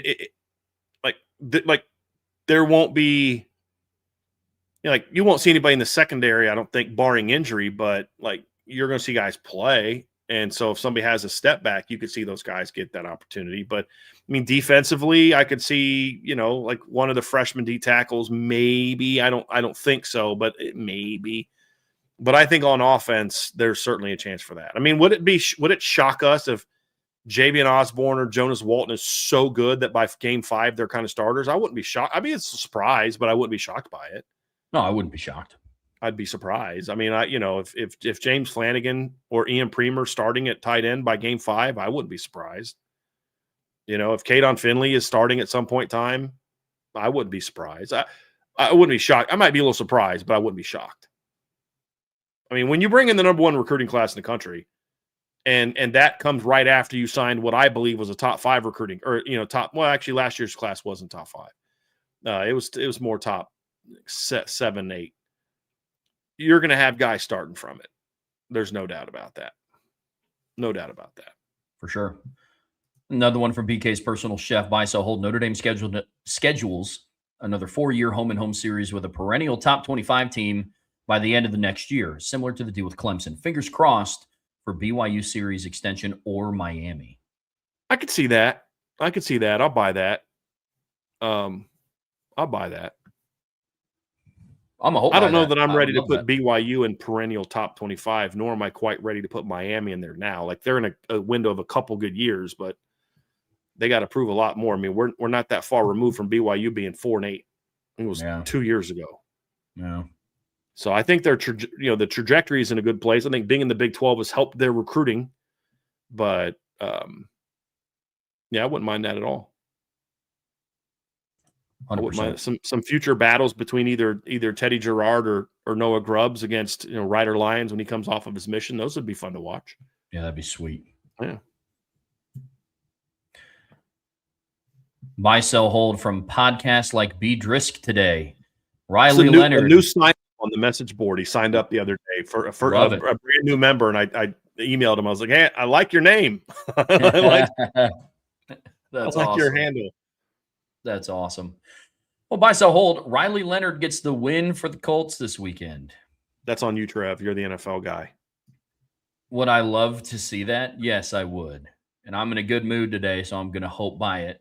That being said, Riley Leonard's first task as a starting quarterback in the NFL is going up against probably one of the best defensive lines in the league with Will Anderson and Daniil Hunter. That's tough. But, I mean, the one thing that I will say for certain is the fact that he's going to have more mobility than Phillip Rivers back there. So hopefully he'll have the opportunity to evade some pressure. But I'm going to hope by it because it was officially announced that he is going to be the starter. So here's my question, Trevor, is the Texans, I believe, have clinched the playoff berth, right? Correct. Yes. Believe that their seeding, well, I don't know that their seeding is necessarily set, but are they going to start everybody? Do they do they still have a shot to, like, if the I know I was looking at standings earlier. If they win and the Jaguars lose, do they win the South? I'm looking that up. I'm looking that up right now. So, okay. So if They have to win, and then the Jaguars have to lose. Okay, so then you're going to get their best. I just was curious if, like, as a sitting guys out because our spot is kind of sealed up, they could still win the South. So yeah, okay. So if they win and the Jags lose, then they would be tied, which means they have the tiebreaker. Oh, that's interesting. So interesting. Good stuff. I'm going to hope by it. I'm with Trev. Buy, sell, hold from DC Healy. An albeit small factor in keeping the Irish out of the playoffs was the fear that if we won the national championship, Notre Dame would become an unstoppable juggernaut. Buy. Yeah. I mean, we've talked about it. I absolutely buy that. I absolutely buy that. Well, and I would argue it's not even that small of a factor. I think they left Notre Dame out because it would expose how the mid-level, I guess would be a right way to put that, how mid-level some of the other teams are. Because think about who the matchups would be if they put Notre Dame in at 10. They would have had to go and reface Texas A&M, an SEC team. Well, let's just play this out. Let's say that they have Notre Dame as the 9 seed. You're going to go send that team to Norman, Oklahoma, and they would get exposed even more so than what they did against Alabama. You're going to bump them up to 7 and then have them host Alabama. Like, let's say they bump up Miami to 9 and put Alabama at 10. And then Alabama goes and gets exposed in South Bend. I mean, I think that's even a little bit bigger than a small factor. I think that was just part of the factor of leaving them out. Agree. Definitely a factor. Buy, sell, hold from Adam G1274. If Marcus Freeman stays long-term, Notre Dame goes on to become a dynasty with at least 2 titles. As long as the Notre Dame institution supports Notre Dame as the game changes and they're willing to evolve in certain ways. They don't need to sell their souls to the devil, but as long as they evolve in necessary ways, if Marcus Freeman stays for the next 10 years, I absolutely buy this. Absolutely buy this. Yeah. I mean, if he stays for that long, and I think that the first one of those could be in 2026. I will be very, very, very interested to see what FanDuel's lines are going to be when the preseason hits. Yep. I want to respond to this too. Ed379 said the Midwest is stronger than the South right now. OSU, IU, and Notre Dame. ESPN doesn't like those odds. I don't think it has anything to do with the Midwest or the North. I think it has to do with who do they have TV contracts with. And they don't have the Big Ten. And they don't have Notre Dame. It's bad enough you have to have 3 Big Ten teams in there plus a Big 12 team in. Then you throw in half of your real bracket is teams that you don't have a deal with. I think that's a part of it as well. And if Notre Dame got in, to your point, and played Oklahoma, you've now created a very legitimate situation where you're going to have no SEC teams in the playoff or in the semifinals. If they would have done the bracket the way they should have done the bracket. But, they kind of, like I said, rigged the bracket a bit to make sure that you were going to have at least one SEC team in the semifinals. But there's a very, very real chance that it was going to look a lot like last year. 2 Big Tens, Notre Dame, and an SEC. A very real chance. Very real chance. So, and Ed said that's the point he was making. Yes, I don't think it's a directional or a geographical thing. I think it's the northern teams they don't have signed. And I think that's what it boils down to. Makes sense. Good point. Buy, sell, hold from I Am Tenzin. Preston Zinner now has a chance to prove his worth, assuming he isn't one of the remaining transfer candidates with the departure of Josh Burnham. I'll buy that he has a chance to do that if he stays. Yeah, I mean, I don't know that he's not the same kind of player Josh was. Josh was a run first, pass rush second kind of guy. I think Preston would probably be more sort of like what Kingston was. Like, I actually think that Zinter's opportunity could come because Kingston's going to be hurt early in the year. More of a situational pass rush type of role. I just worry, is Preston big enough and can he anchor well enough on the edge against the run to play that position? If he can, then I agree with this, because I think Preston Zinter's a really heck of a football player. He just always been kind of caught in between positions, but I'd like to see him get a shot. Absolutely. Then a historical buy-sell hold from I Am Tenzin. Hannibal Barca should have sacked Rome instead of running around the Italian countryside for years. The old leader of Carthage. Probably. I mean, if the goal, I don't know that his, I don't know that his goal was necessary to take over Rome as much as it was to just reestablished Carthage as a power because Rome had done a lot of harm to Carthage. Depending on who you talk to, there were some opportunities where if Hannibal would have taken a couple other decisions differently, he might have been able to sack Rome. But I don't know that I'm find myself overly compelled by that. From everything I've studied, Hannibal was a pretty smart military leader. If he felt that he could have truly sacked Rome and held Rome, then I think he probably would have done it. I don't think that was necessarily his goal. I think his goal was more so weakening Rome while he empowered Carthage. I think is more so what it was, because Rome had, like I said, I don't know if they killed his dad or they imprisoned his dad. Rome had really done some damage to Carthage, and I think it was more so a vengeance thing as opposed to a strategic desire to defeat the Romans by sacking Rome. And again, I don't know that Rome was quite yet. It would be, when did Hannibal live? I think it was still probably a couple hundred years before Rome really was. Yeah, he was a 200 BC. You're still 400 or 500 years away from Rome being weak enough to be sacked. And I don't know that.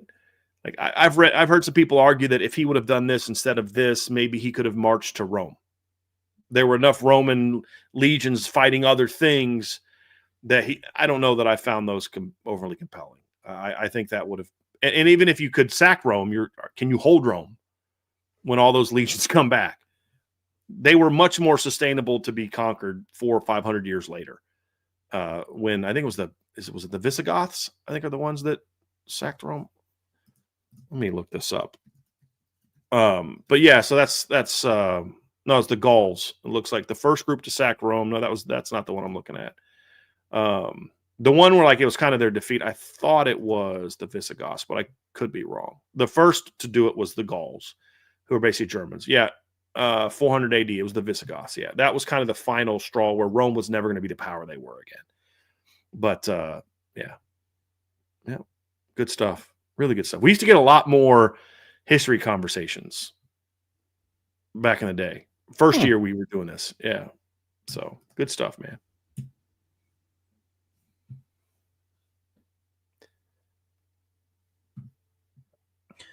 Buy, sell, hold from Spirit of 88. Independence is becoming a liability rather than an advantage.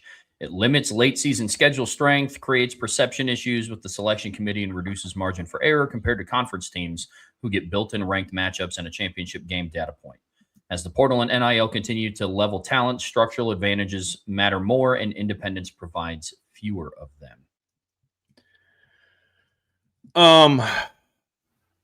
Trev, you and I talked about this. I mean, first of all, we had a whole show on this yesterday.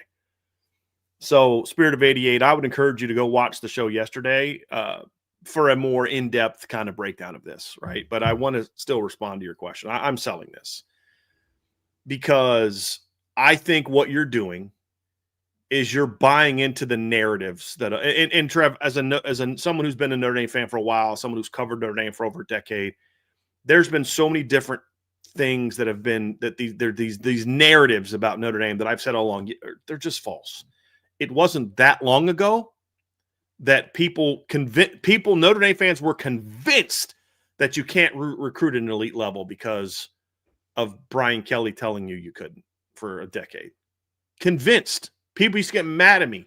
Oh, you keep saying this. They can't recruit those kind of players. Okay. Whatever you say. And now look at what Notre Dame's doing. They just signed the number one recruiting class. I mean, I said not long ago that I don't think Notre Dame can sign a number one ranked recruiting class because of certain things that are going on. And they just did. And it wasn't that they couldn't get the best class. It was not going to be ranked number one, even if it was the best class because of biases in the different rankings. Well, they just were. I think USC was number one on the On3 Rivals composite ranking, but their own ranking, Notre Dame was number one. And as I've said, the number 2 team was closer to the number 8 team than they were to Notre Dame.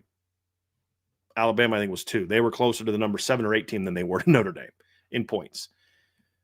There's always these narratives that go around, and the narratives are always driven by your enemies. And if you allow your enemy to define you, then you aren't strong enough to survive, and you probably should go join a league. but that doesn't mean that that's who you truly are. You know, Trev, the example I used yesterday is, you know, you and I start a business together, right? And we grow this business up from nothing. Right? Heck, I've done this. Irish Breakdown, right? Started from nothing. Had a podcast where after several months we had 100 subscribers. You know, Vince and I are sitting there at Beef O'Brady's thinking I'm coming up with all these ways of how can we monetize this and do that. And the goal to get to certain levels and we build it up. And now we're way beyond what we thought we were capable of. We had a goal to make X amount of dollars by year 5. We made that by year 3. We're having success. Our goal was, you know, to eventually get to 3,000 subscribers on the message board within 5 years. We did that in like 2.5. You know what I mean? Like, and we're cruising and we're doing great and things are going well. And I'm hiring you and I'm doing all this. And somebody that runs another Notre Dame site comes over to my house and says, "Hey, listen, man, I don't think things are going real well for you right now. I don't know that you can truly be successful unless you do this, and this." And I look at this. I'm like, man, that's all going to benefit you. Like, this doesn't benefit me. This benefits you. You're trying to tap into my success to build yourself up while tearing me down. Imagine how a poor business person I would be if I was like, you know what? You're right. I should do those things. Now that you've convinced me that I can't do what I've already done, that I should go with what you think I should do for Irish Breakdown. That's exactly what's going on here. You're allowing the ESPN narrative, which we all know is clearly agenda-driven, you're allowing that to creep in. Did they get screwed this year because they weren't in a conference? Yes. Will they get screwed again because they're not in the conference? Yes. Can you guarantee me that they're not going to get screwed if they're in a conference? No. Exhibit A, Florida State 2023. Exhibit B, Miami 2024. Exhibit C, BYU 2025. Especially if you join a league that's not with ESPN. Now, in Notre Dame's case, they would have to join a league that's there. But what if they were able to get out of the ACC contract to join the Big Ten? You think they're all of a sudden going to get favors by the committee that's bought and paid for by ESPN when they're with Fox and NBC? Nope. So Notre Dame is not the only team to have gotten screwed by the playoff committee in recent years. And they've even screwed teams that are in a network that's with them that's just not the SEC. So then you got to say, okay, well, now you got to join the SEC because now ESPN really is not going to screw you over. Based on what? Again, you don't know that. So what you would do is you'd sell your soul for an easier path because your enemy tells you that that's what you need to do. And nope, that's not it. That's not it. And I think this mindset, as the portal and NIL continues to the talent, to level talent, structural advantages matter more and independence gets fewer of them. I strongly disagree with that. But even if that was true, I'm not someone who's just going to say, okay, I'm going to give in because it's easier. It's exactly why I'm hammering USC. It's actually more advantageous for USC to drop Notre Dame than it is to play Notre Dame. Would we agree on that, Trevor? Absolutely. But do we think it's a coward's move? Yeah. It's advantageous for Notre Dame to schedule bad teams instead of good teams. But do we advocate for that? No, we don't. Hey, man, make your schedule. We got like 2 tough teams a year and then a bunch of garbage. You go 11-1, 12-0 every year, and you make the playoffs. That's not who Notre Dame is. I'm not going to advocate for that. I don't know if this is a popular thing these days. I'm not aware of this. I guess I'm just not out in the world enough. But there seem to be more and more people that are trying to push for easier paths as opposed to saying, hey, look, this may be harder. But you know what? I'm going to do it. And maybe I had a unique experience because I had 2 parents who dropped out of high school who said, you know what? Everybody's telling us we can't start this business and be successful with this business. You know what I mean? Like I'm a teenager. I'm in high school. We're living at a campground. We've got a tent overhead. That's literally my house is a tent. My parents are sleeping in a pop-up camper. My parents are high school dropouts, but they said, you know what? No, we're going to do this. You know, Barry, there's easier things for you to do. You could go get a job here. Nope, I'm going to do this. 3 years later, my dad's paying for me to go to school, go to college. My parents are now been owning this business for 30 years because they did what everybody told them they shouldn't do because it's too hard. This is easier. Take care of your family. This is easier. Take this handout. Take that handout. Do this, do that. I said, no, that's not what I'm going to do. And guess what? The reward is far greater than what he would have done if he would have just stayed where everybody told him to stay. You know what I mean? And the lesson that he taught us as kids, and it was hard on me and my sister, but my sister now owns a business. Her and her husband run 2 businesses that makes way more money than the business I make, and I do pretty okay. Would we be doing that if our parents basically said, no, choose the easier path? No. So I'm not going to support a program that does everything because it's easier. And I don't know why you should support a program that takes the easier path. If you're not good enough to handle your business in the regular season to not allow yourself to get screwed over, then maybe you don't belong in the playoffs. Because at the end of the day, Notre Dame 100% had control of their destiny. You just had to win one of your first 2 games. That's it. And when you give that up, this isn't about conferences anymore. This is about you.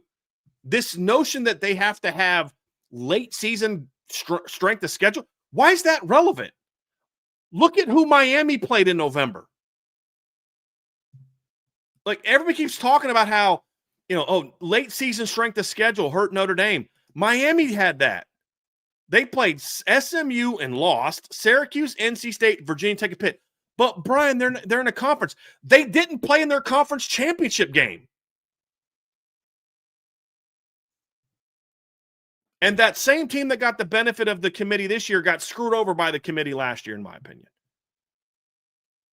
So I'm just not someone who is going to allow someone who is clearly an opponent of mine to tell me how I should do my business.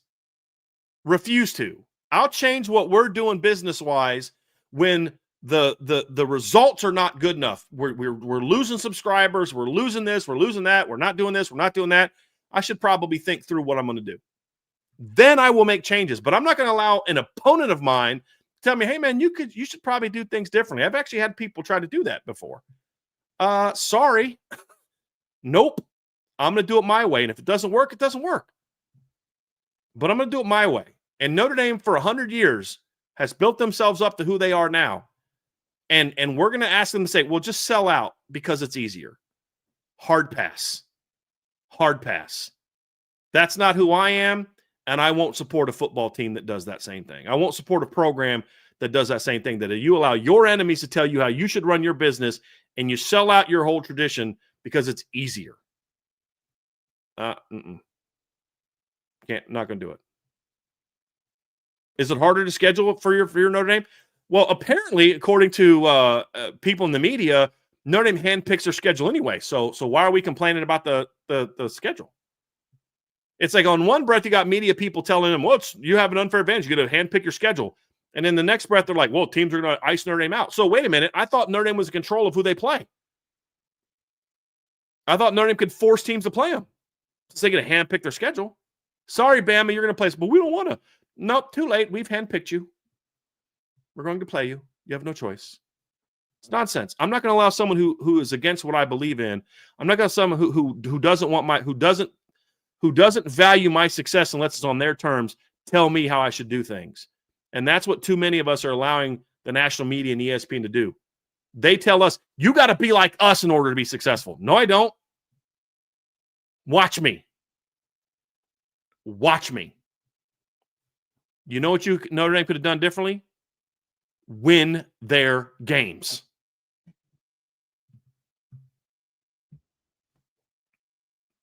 Sometimes it's that simple. Yeah. Yep. Sometimes it's just that simple. Yep. I'm not going to go and dive into this too much. Like Brian said, we talked about this literally yesterday. But handle your business on the front end. And also, independence was not a liability literally 365 days ago. Just wasn't. And that was with a loss in Northern Illinois, not 2 playoff teams. That's where I'm at there. Yep. Another one from Spirit of 88. Buy, sell, hold. The committee's ability to apply judgment is necessary given injuries, schedule imbalances, and conference variability. Used well, discretion adds nuances. The problem isn't that subjectivity exists. It's that its applications lack consistent, transparent standard. This I buy. Like, yes, Yeah. I don't think the committee should make a decision. And this is what I didn't love about the BCS. If the computer spat out something that you knew was bull, you just had to go with it. I don't think there's a perfect system. And I would always say that find the right people, but still have people in charge. Be more open with your criteria. Be more honest with your criteria. Have to answer more for what you decide, not by just having your committee chair go say dumb things on ESPN, but actually have to show your work, so to speak. Here's the data that led us to not, well, we liked what they did against Auburn. That's terrible criteria. You got to give us the data other than just your feelings that show that. More accountability is kind of what I'd like to see. But I think that you have to be able to say, listen, I know that on paper this team is better than that team, but listen, man, we've watched the film. We looked at this. We look at that. And I'm sorry, this team is just better. And to your point, that's the argument they tried to use for Oklahoma and Alabama. Well, look at strength of schedule, look at quality wins, blah, blah, blah, blah, blah. And then you're not going to do that for BYU, who had more quality wins than Bama and Oklahoma and Miami and Notre Dame, by the way. That's 6. You have to have the right people. Get rid of people that are affiliated with conferences, whose conferences benefit in the tens of millions of dollars if they add one more ACC team.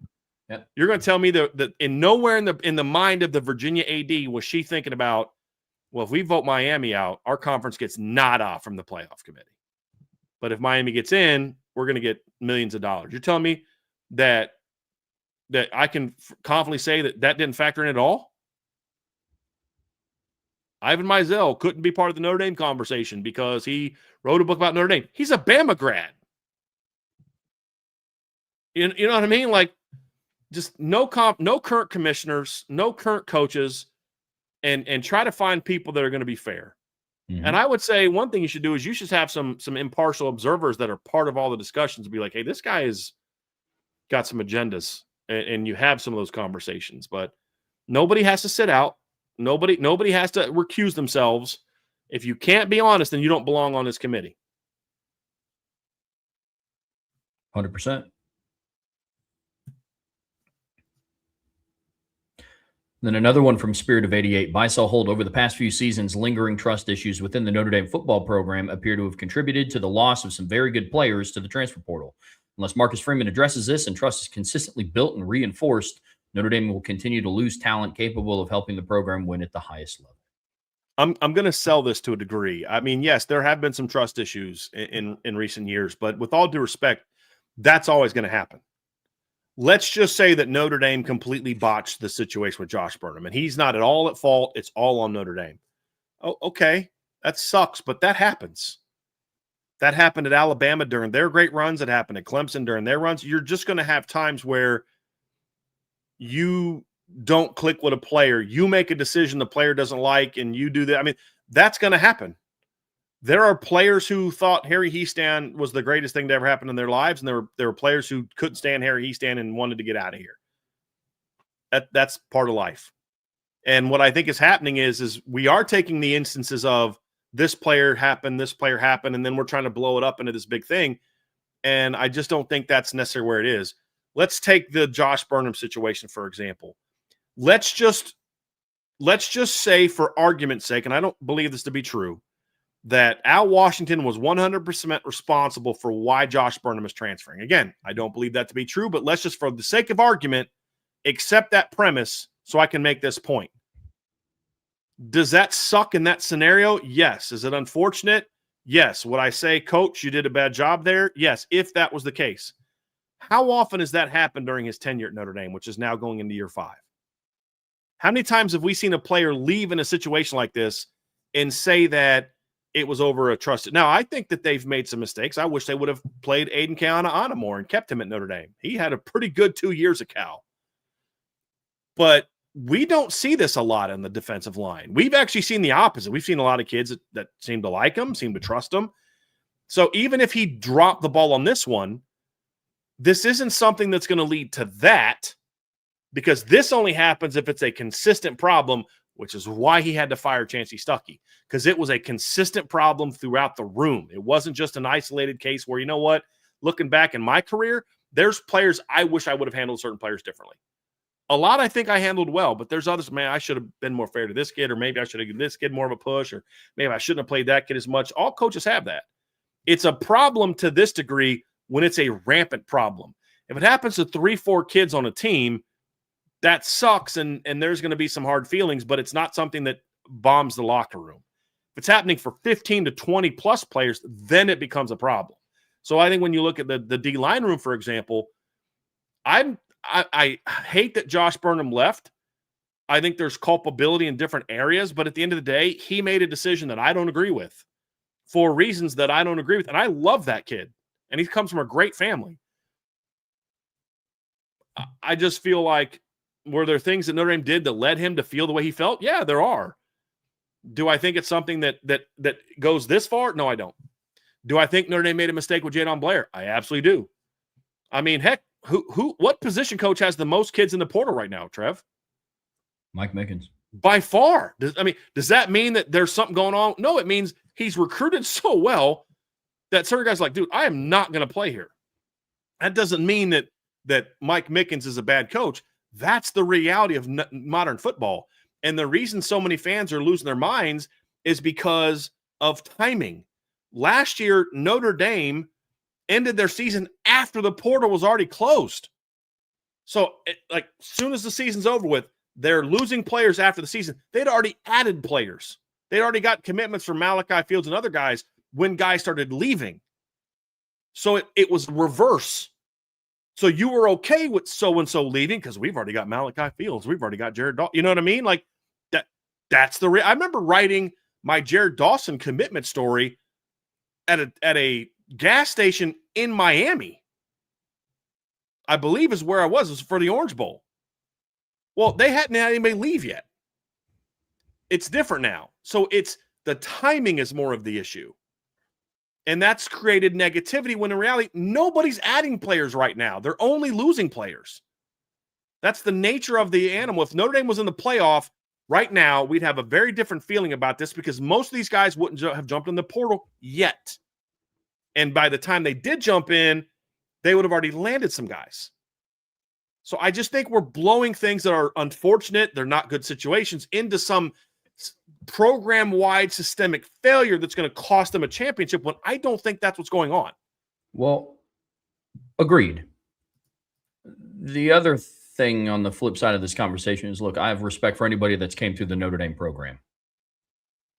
And I wish anybody who transfers nothing but the best. But can we have an honest conversation about something? Who have they lost in the portal up to this point that's prevented them from winning a championship? Like legitimately. Like for 2026, or you mean like in the past? Like up till now, because the submission is if they continue to lose this level of talent, they're not going to win at the highest level. It's like, who have they lost that has prevented them from winning a national championship? The only guy that they lost this offseason that you look at and say, boy, that to the transfer portal, there's two that you could say could have been very important pieces to a championship, and that's Josh Burnham and Billy Schrauth. And I do think those are two guys that you probably could have maybe kept. I don't know about Billy Schrauth for sure, but definitely Burnham if things went differently. Those are the only two guys that would have any kind of impact, in my opinion, on them winning a championship next year. I think everybody else was going to be a depth player, special teams guy, to your point. But, and I think, and I'm higher on Josh Burnham than most people. You would agree? Would you agree with that, Trev? I've been very high on. This isn't a move that all of a sudden might like, I'm now concerned if there's an injury, I get more concerned. But I'm like, well, yeah, he was a heck of a player. He's going to probably start, but they still have Boubacar. They still have Bryce Young. They still have Logan Thompson. They can go to the portal. I'm not ready to be like the season's over because they lost Josh Burnham. Doesn't mean I'm happy about it. I'm not one of those people who's like, oh, they're going to be just fine. No, this is a loss. They'd have been better off with Josh Burnham, just like they'd have been better off against Georgia if they had Riley Mills, Boubacar Traore, Jordan Patejo, Benjamin Morrison, Charles Jagasol, right? Insert anybody else that was injured that season, right? Wouldn't they have been better off with all those guys if they were healthy in that game? Yeah. You still want one. Do you think they had a better shot at beating Penn State if they had Riley Mills and Benjamin Morrison and Ashton Craig, Charles Jagasol, Jason Onye, Jordan Patejo, Boubacar Traore? Don't you think they had a better shot at beating those guys? Yeah, but you know what? They went out and won anyway. Like that. And again, this is no shot at Josh Burnham. I love Josh Burnham, and I am not happy he left. I wish he was still with the team. But if you're now not a championship caliber team because you lost Josh Burnham, you were a team hanging on by a thread anyway. And you probably weren't built to win a 16-game season where there will be injuries. 100%.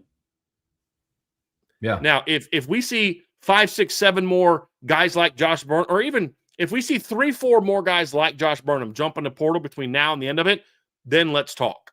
Agreed. Then let's talk. And there may be something to this then. But I'm just not ready to go there right now. There's always going to be some of that in a football team that you've got to, as a head coach, recognize and address. I'm more concerned about what's going on the offensive line than I am the defensive line.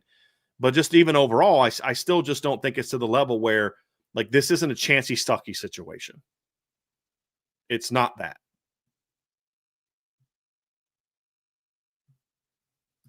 Agreed. My point wasn't even just this portal session, because the submission is over the past few seasons.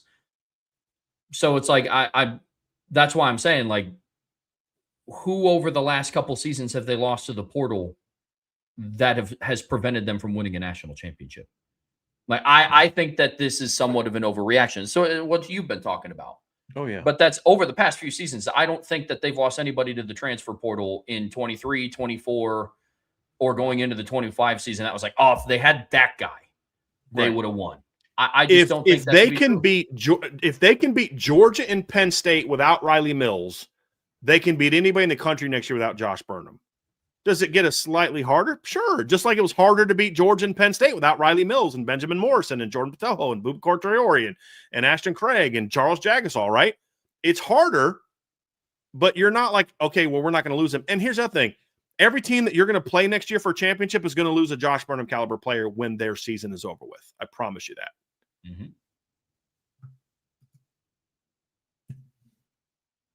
From Coleman Smith, buy, sell, hold. Notre Dame has a major trust problem with players and coaches. No, sell. Major, major, major sell. There's one position where I have some concerns. That's the O-line, but not to the point where I consider a major problem. I don't see it that way.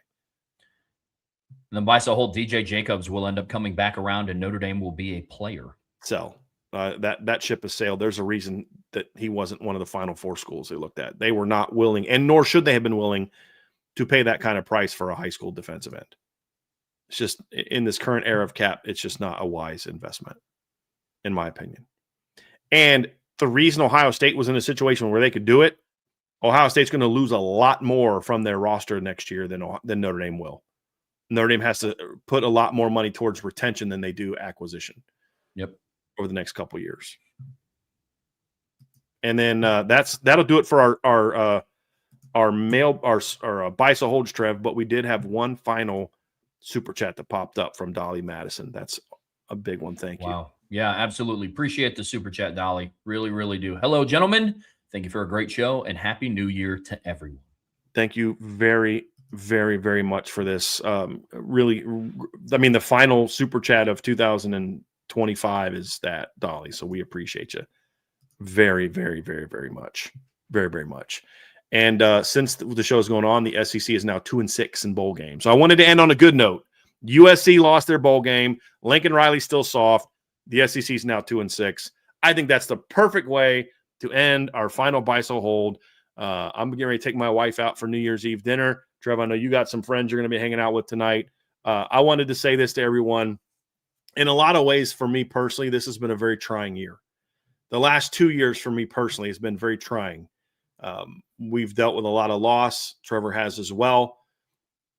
And I have to say that one of the blessings that I've received by God in the last couple of years is Irish Breakdown. And what I mean by that is there are people who will reach out to me and say, "Hey man, I've noticed lately you seem this way. Are you okay?" And not in a disrespectful way, but genuine, "Hey man, I care about you" kind of way. There are people who will send me. I mean, I was struggling a few weeks ago and just really like, man, this is just overwhelming. And I got an email randomly from some person that said, "Hey, just thinking about you, praying for you. Just want to share something. This is what you did in my life. This is how Irish Breakdown is impact." I'm like, man, it's amazing how God works. Like, why did this came at the exact time? And so, yeah, it's been tough, but I'm so thankful for all of you. The fact that you guys have all been able to just be part of this community. You have plenty of other things you could do with your life, and not even just listening to the shows and buying subscriptions, but just the kind of people that we have in our community. Sometimes we focus on the knuckleheads and the people that say dumb things or whatever, but there are so many people in this community that are just, it has helped me get through some really tough personal times. And I want to thank you all for that. And for the people that have emailed us saying that we've helped you do the same, just know that you're doing the same for us.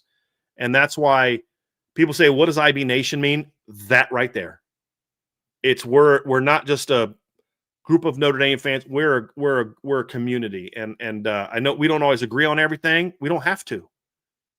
But just know how much I appreciate y'all so much and how much you've helped us get through. I know Trev can say the same thing, and he's gone through plenty the last year as well. We thank you all so much from the bottom of our hearts. And I can't wait for 2026. I'm going to try to go into 2026. Trevor and I have talked about this with different mindsets and different goals, and I'll share that with some of you guys on the board. But y'all mean the world to me. You really do. And I'm thankful for all of you. And not just because business-wise, but just you've helped me get through things that are far more important than what you're paying me for your monthly subscription. And I want to thank y'all for that. And I thought there'd be no better way to end 2025 than sharing that with y'all, thanking for y'all, and letting you know that's why I'm so jacked up to go into 2026, ready to have an amazing year of content, amazing year of continue to build our community, and what I hope will be an amazing year for Notre Dame. So I just wanted to say that. Trev, thank you so much, man. It's been an absolute pleasure, obviously, doing these shows with you. We plan on continuing that into 2026. So everyone, have a phenomenal rest of your day. Having a phenomenal rest of your New Year's Eve. Please be safe. Have your head on a swivel. Be alert.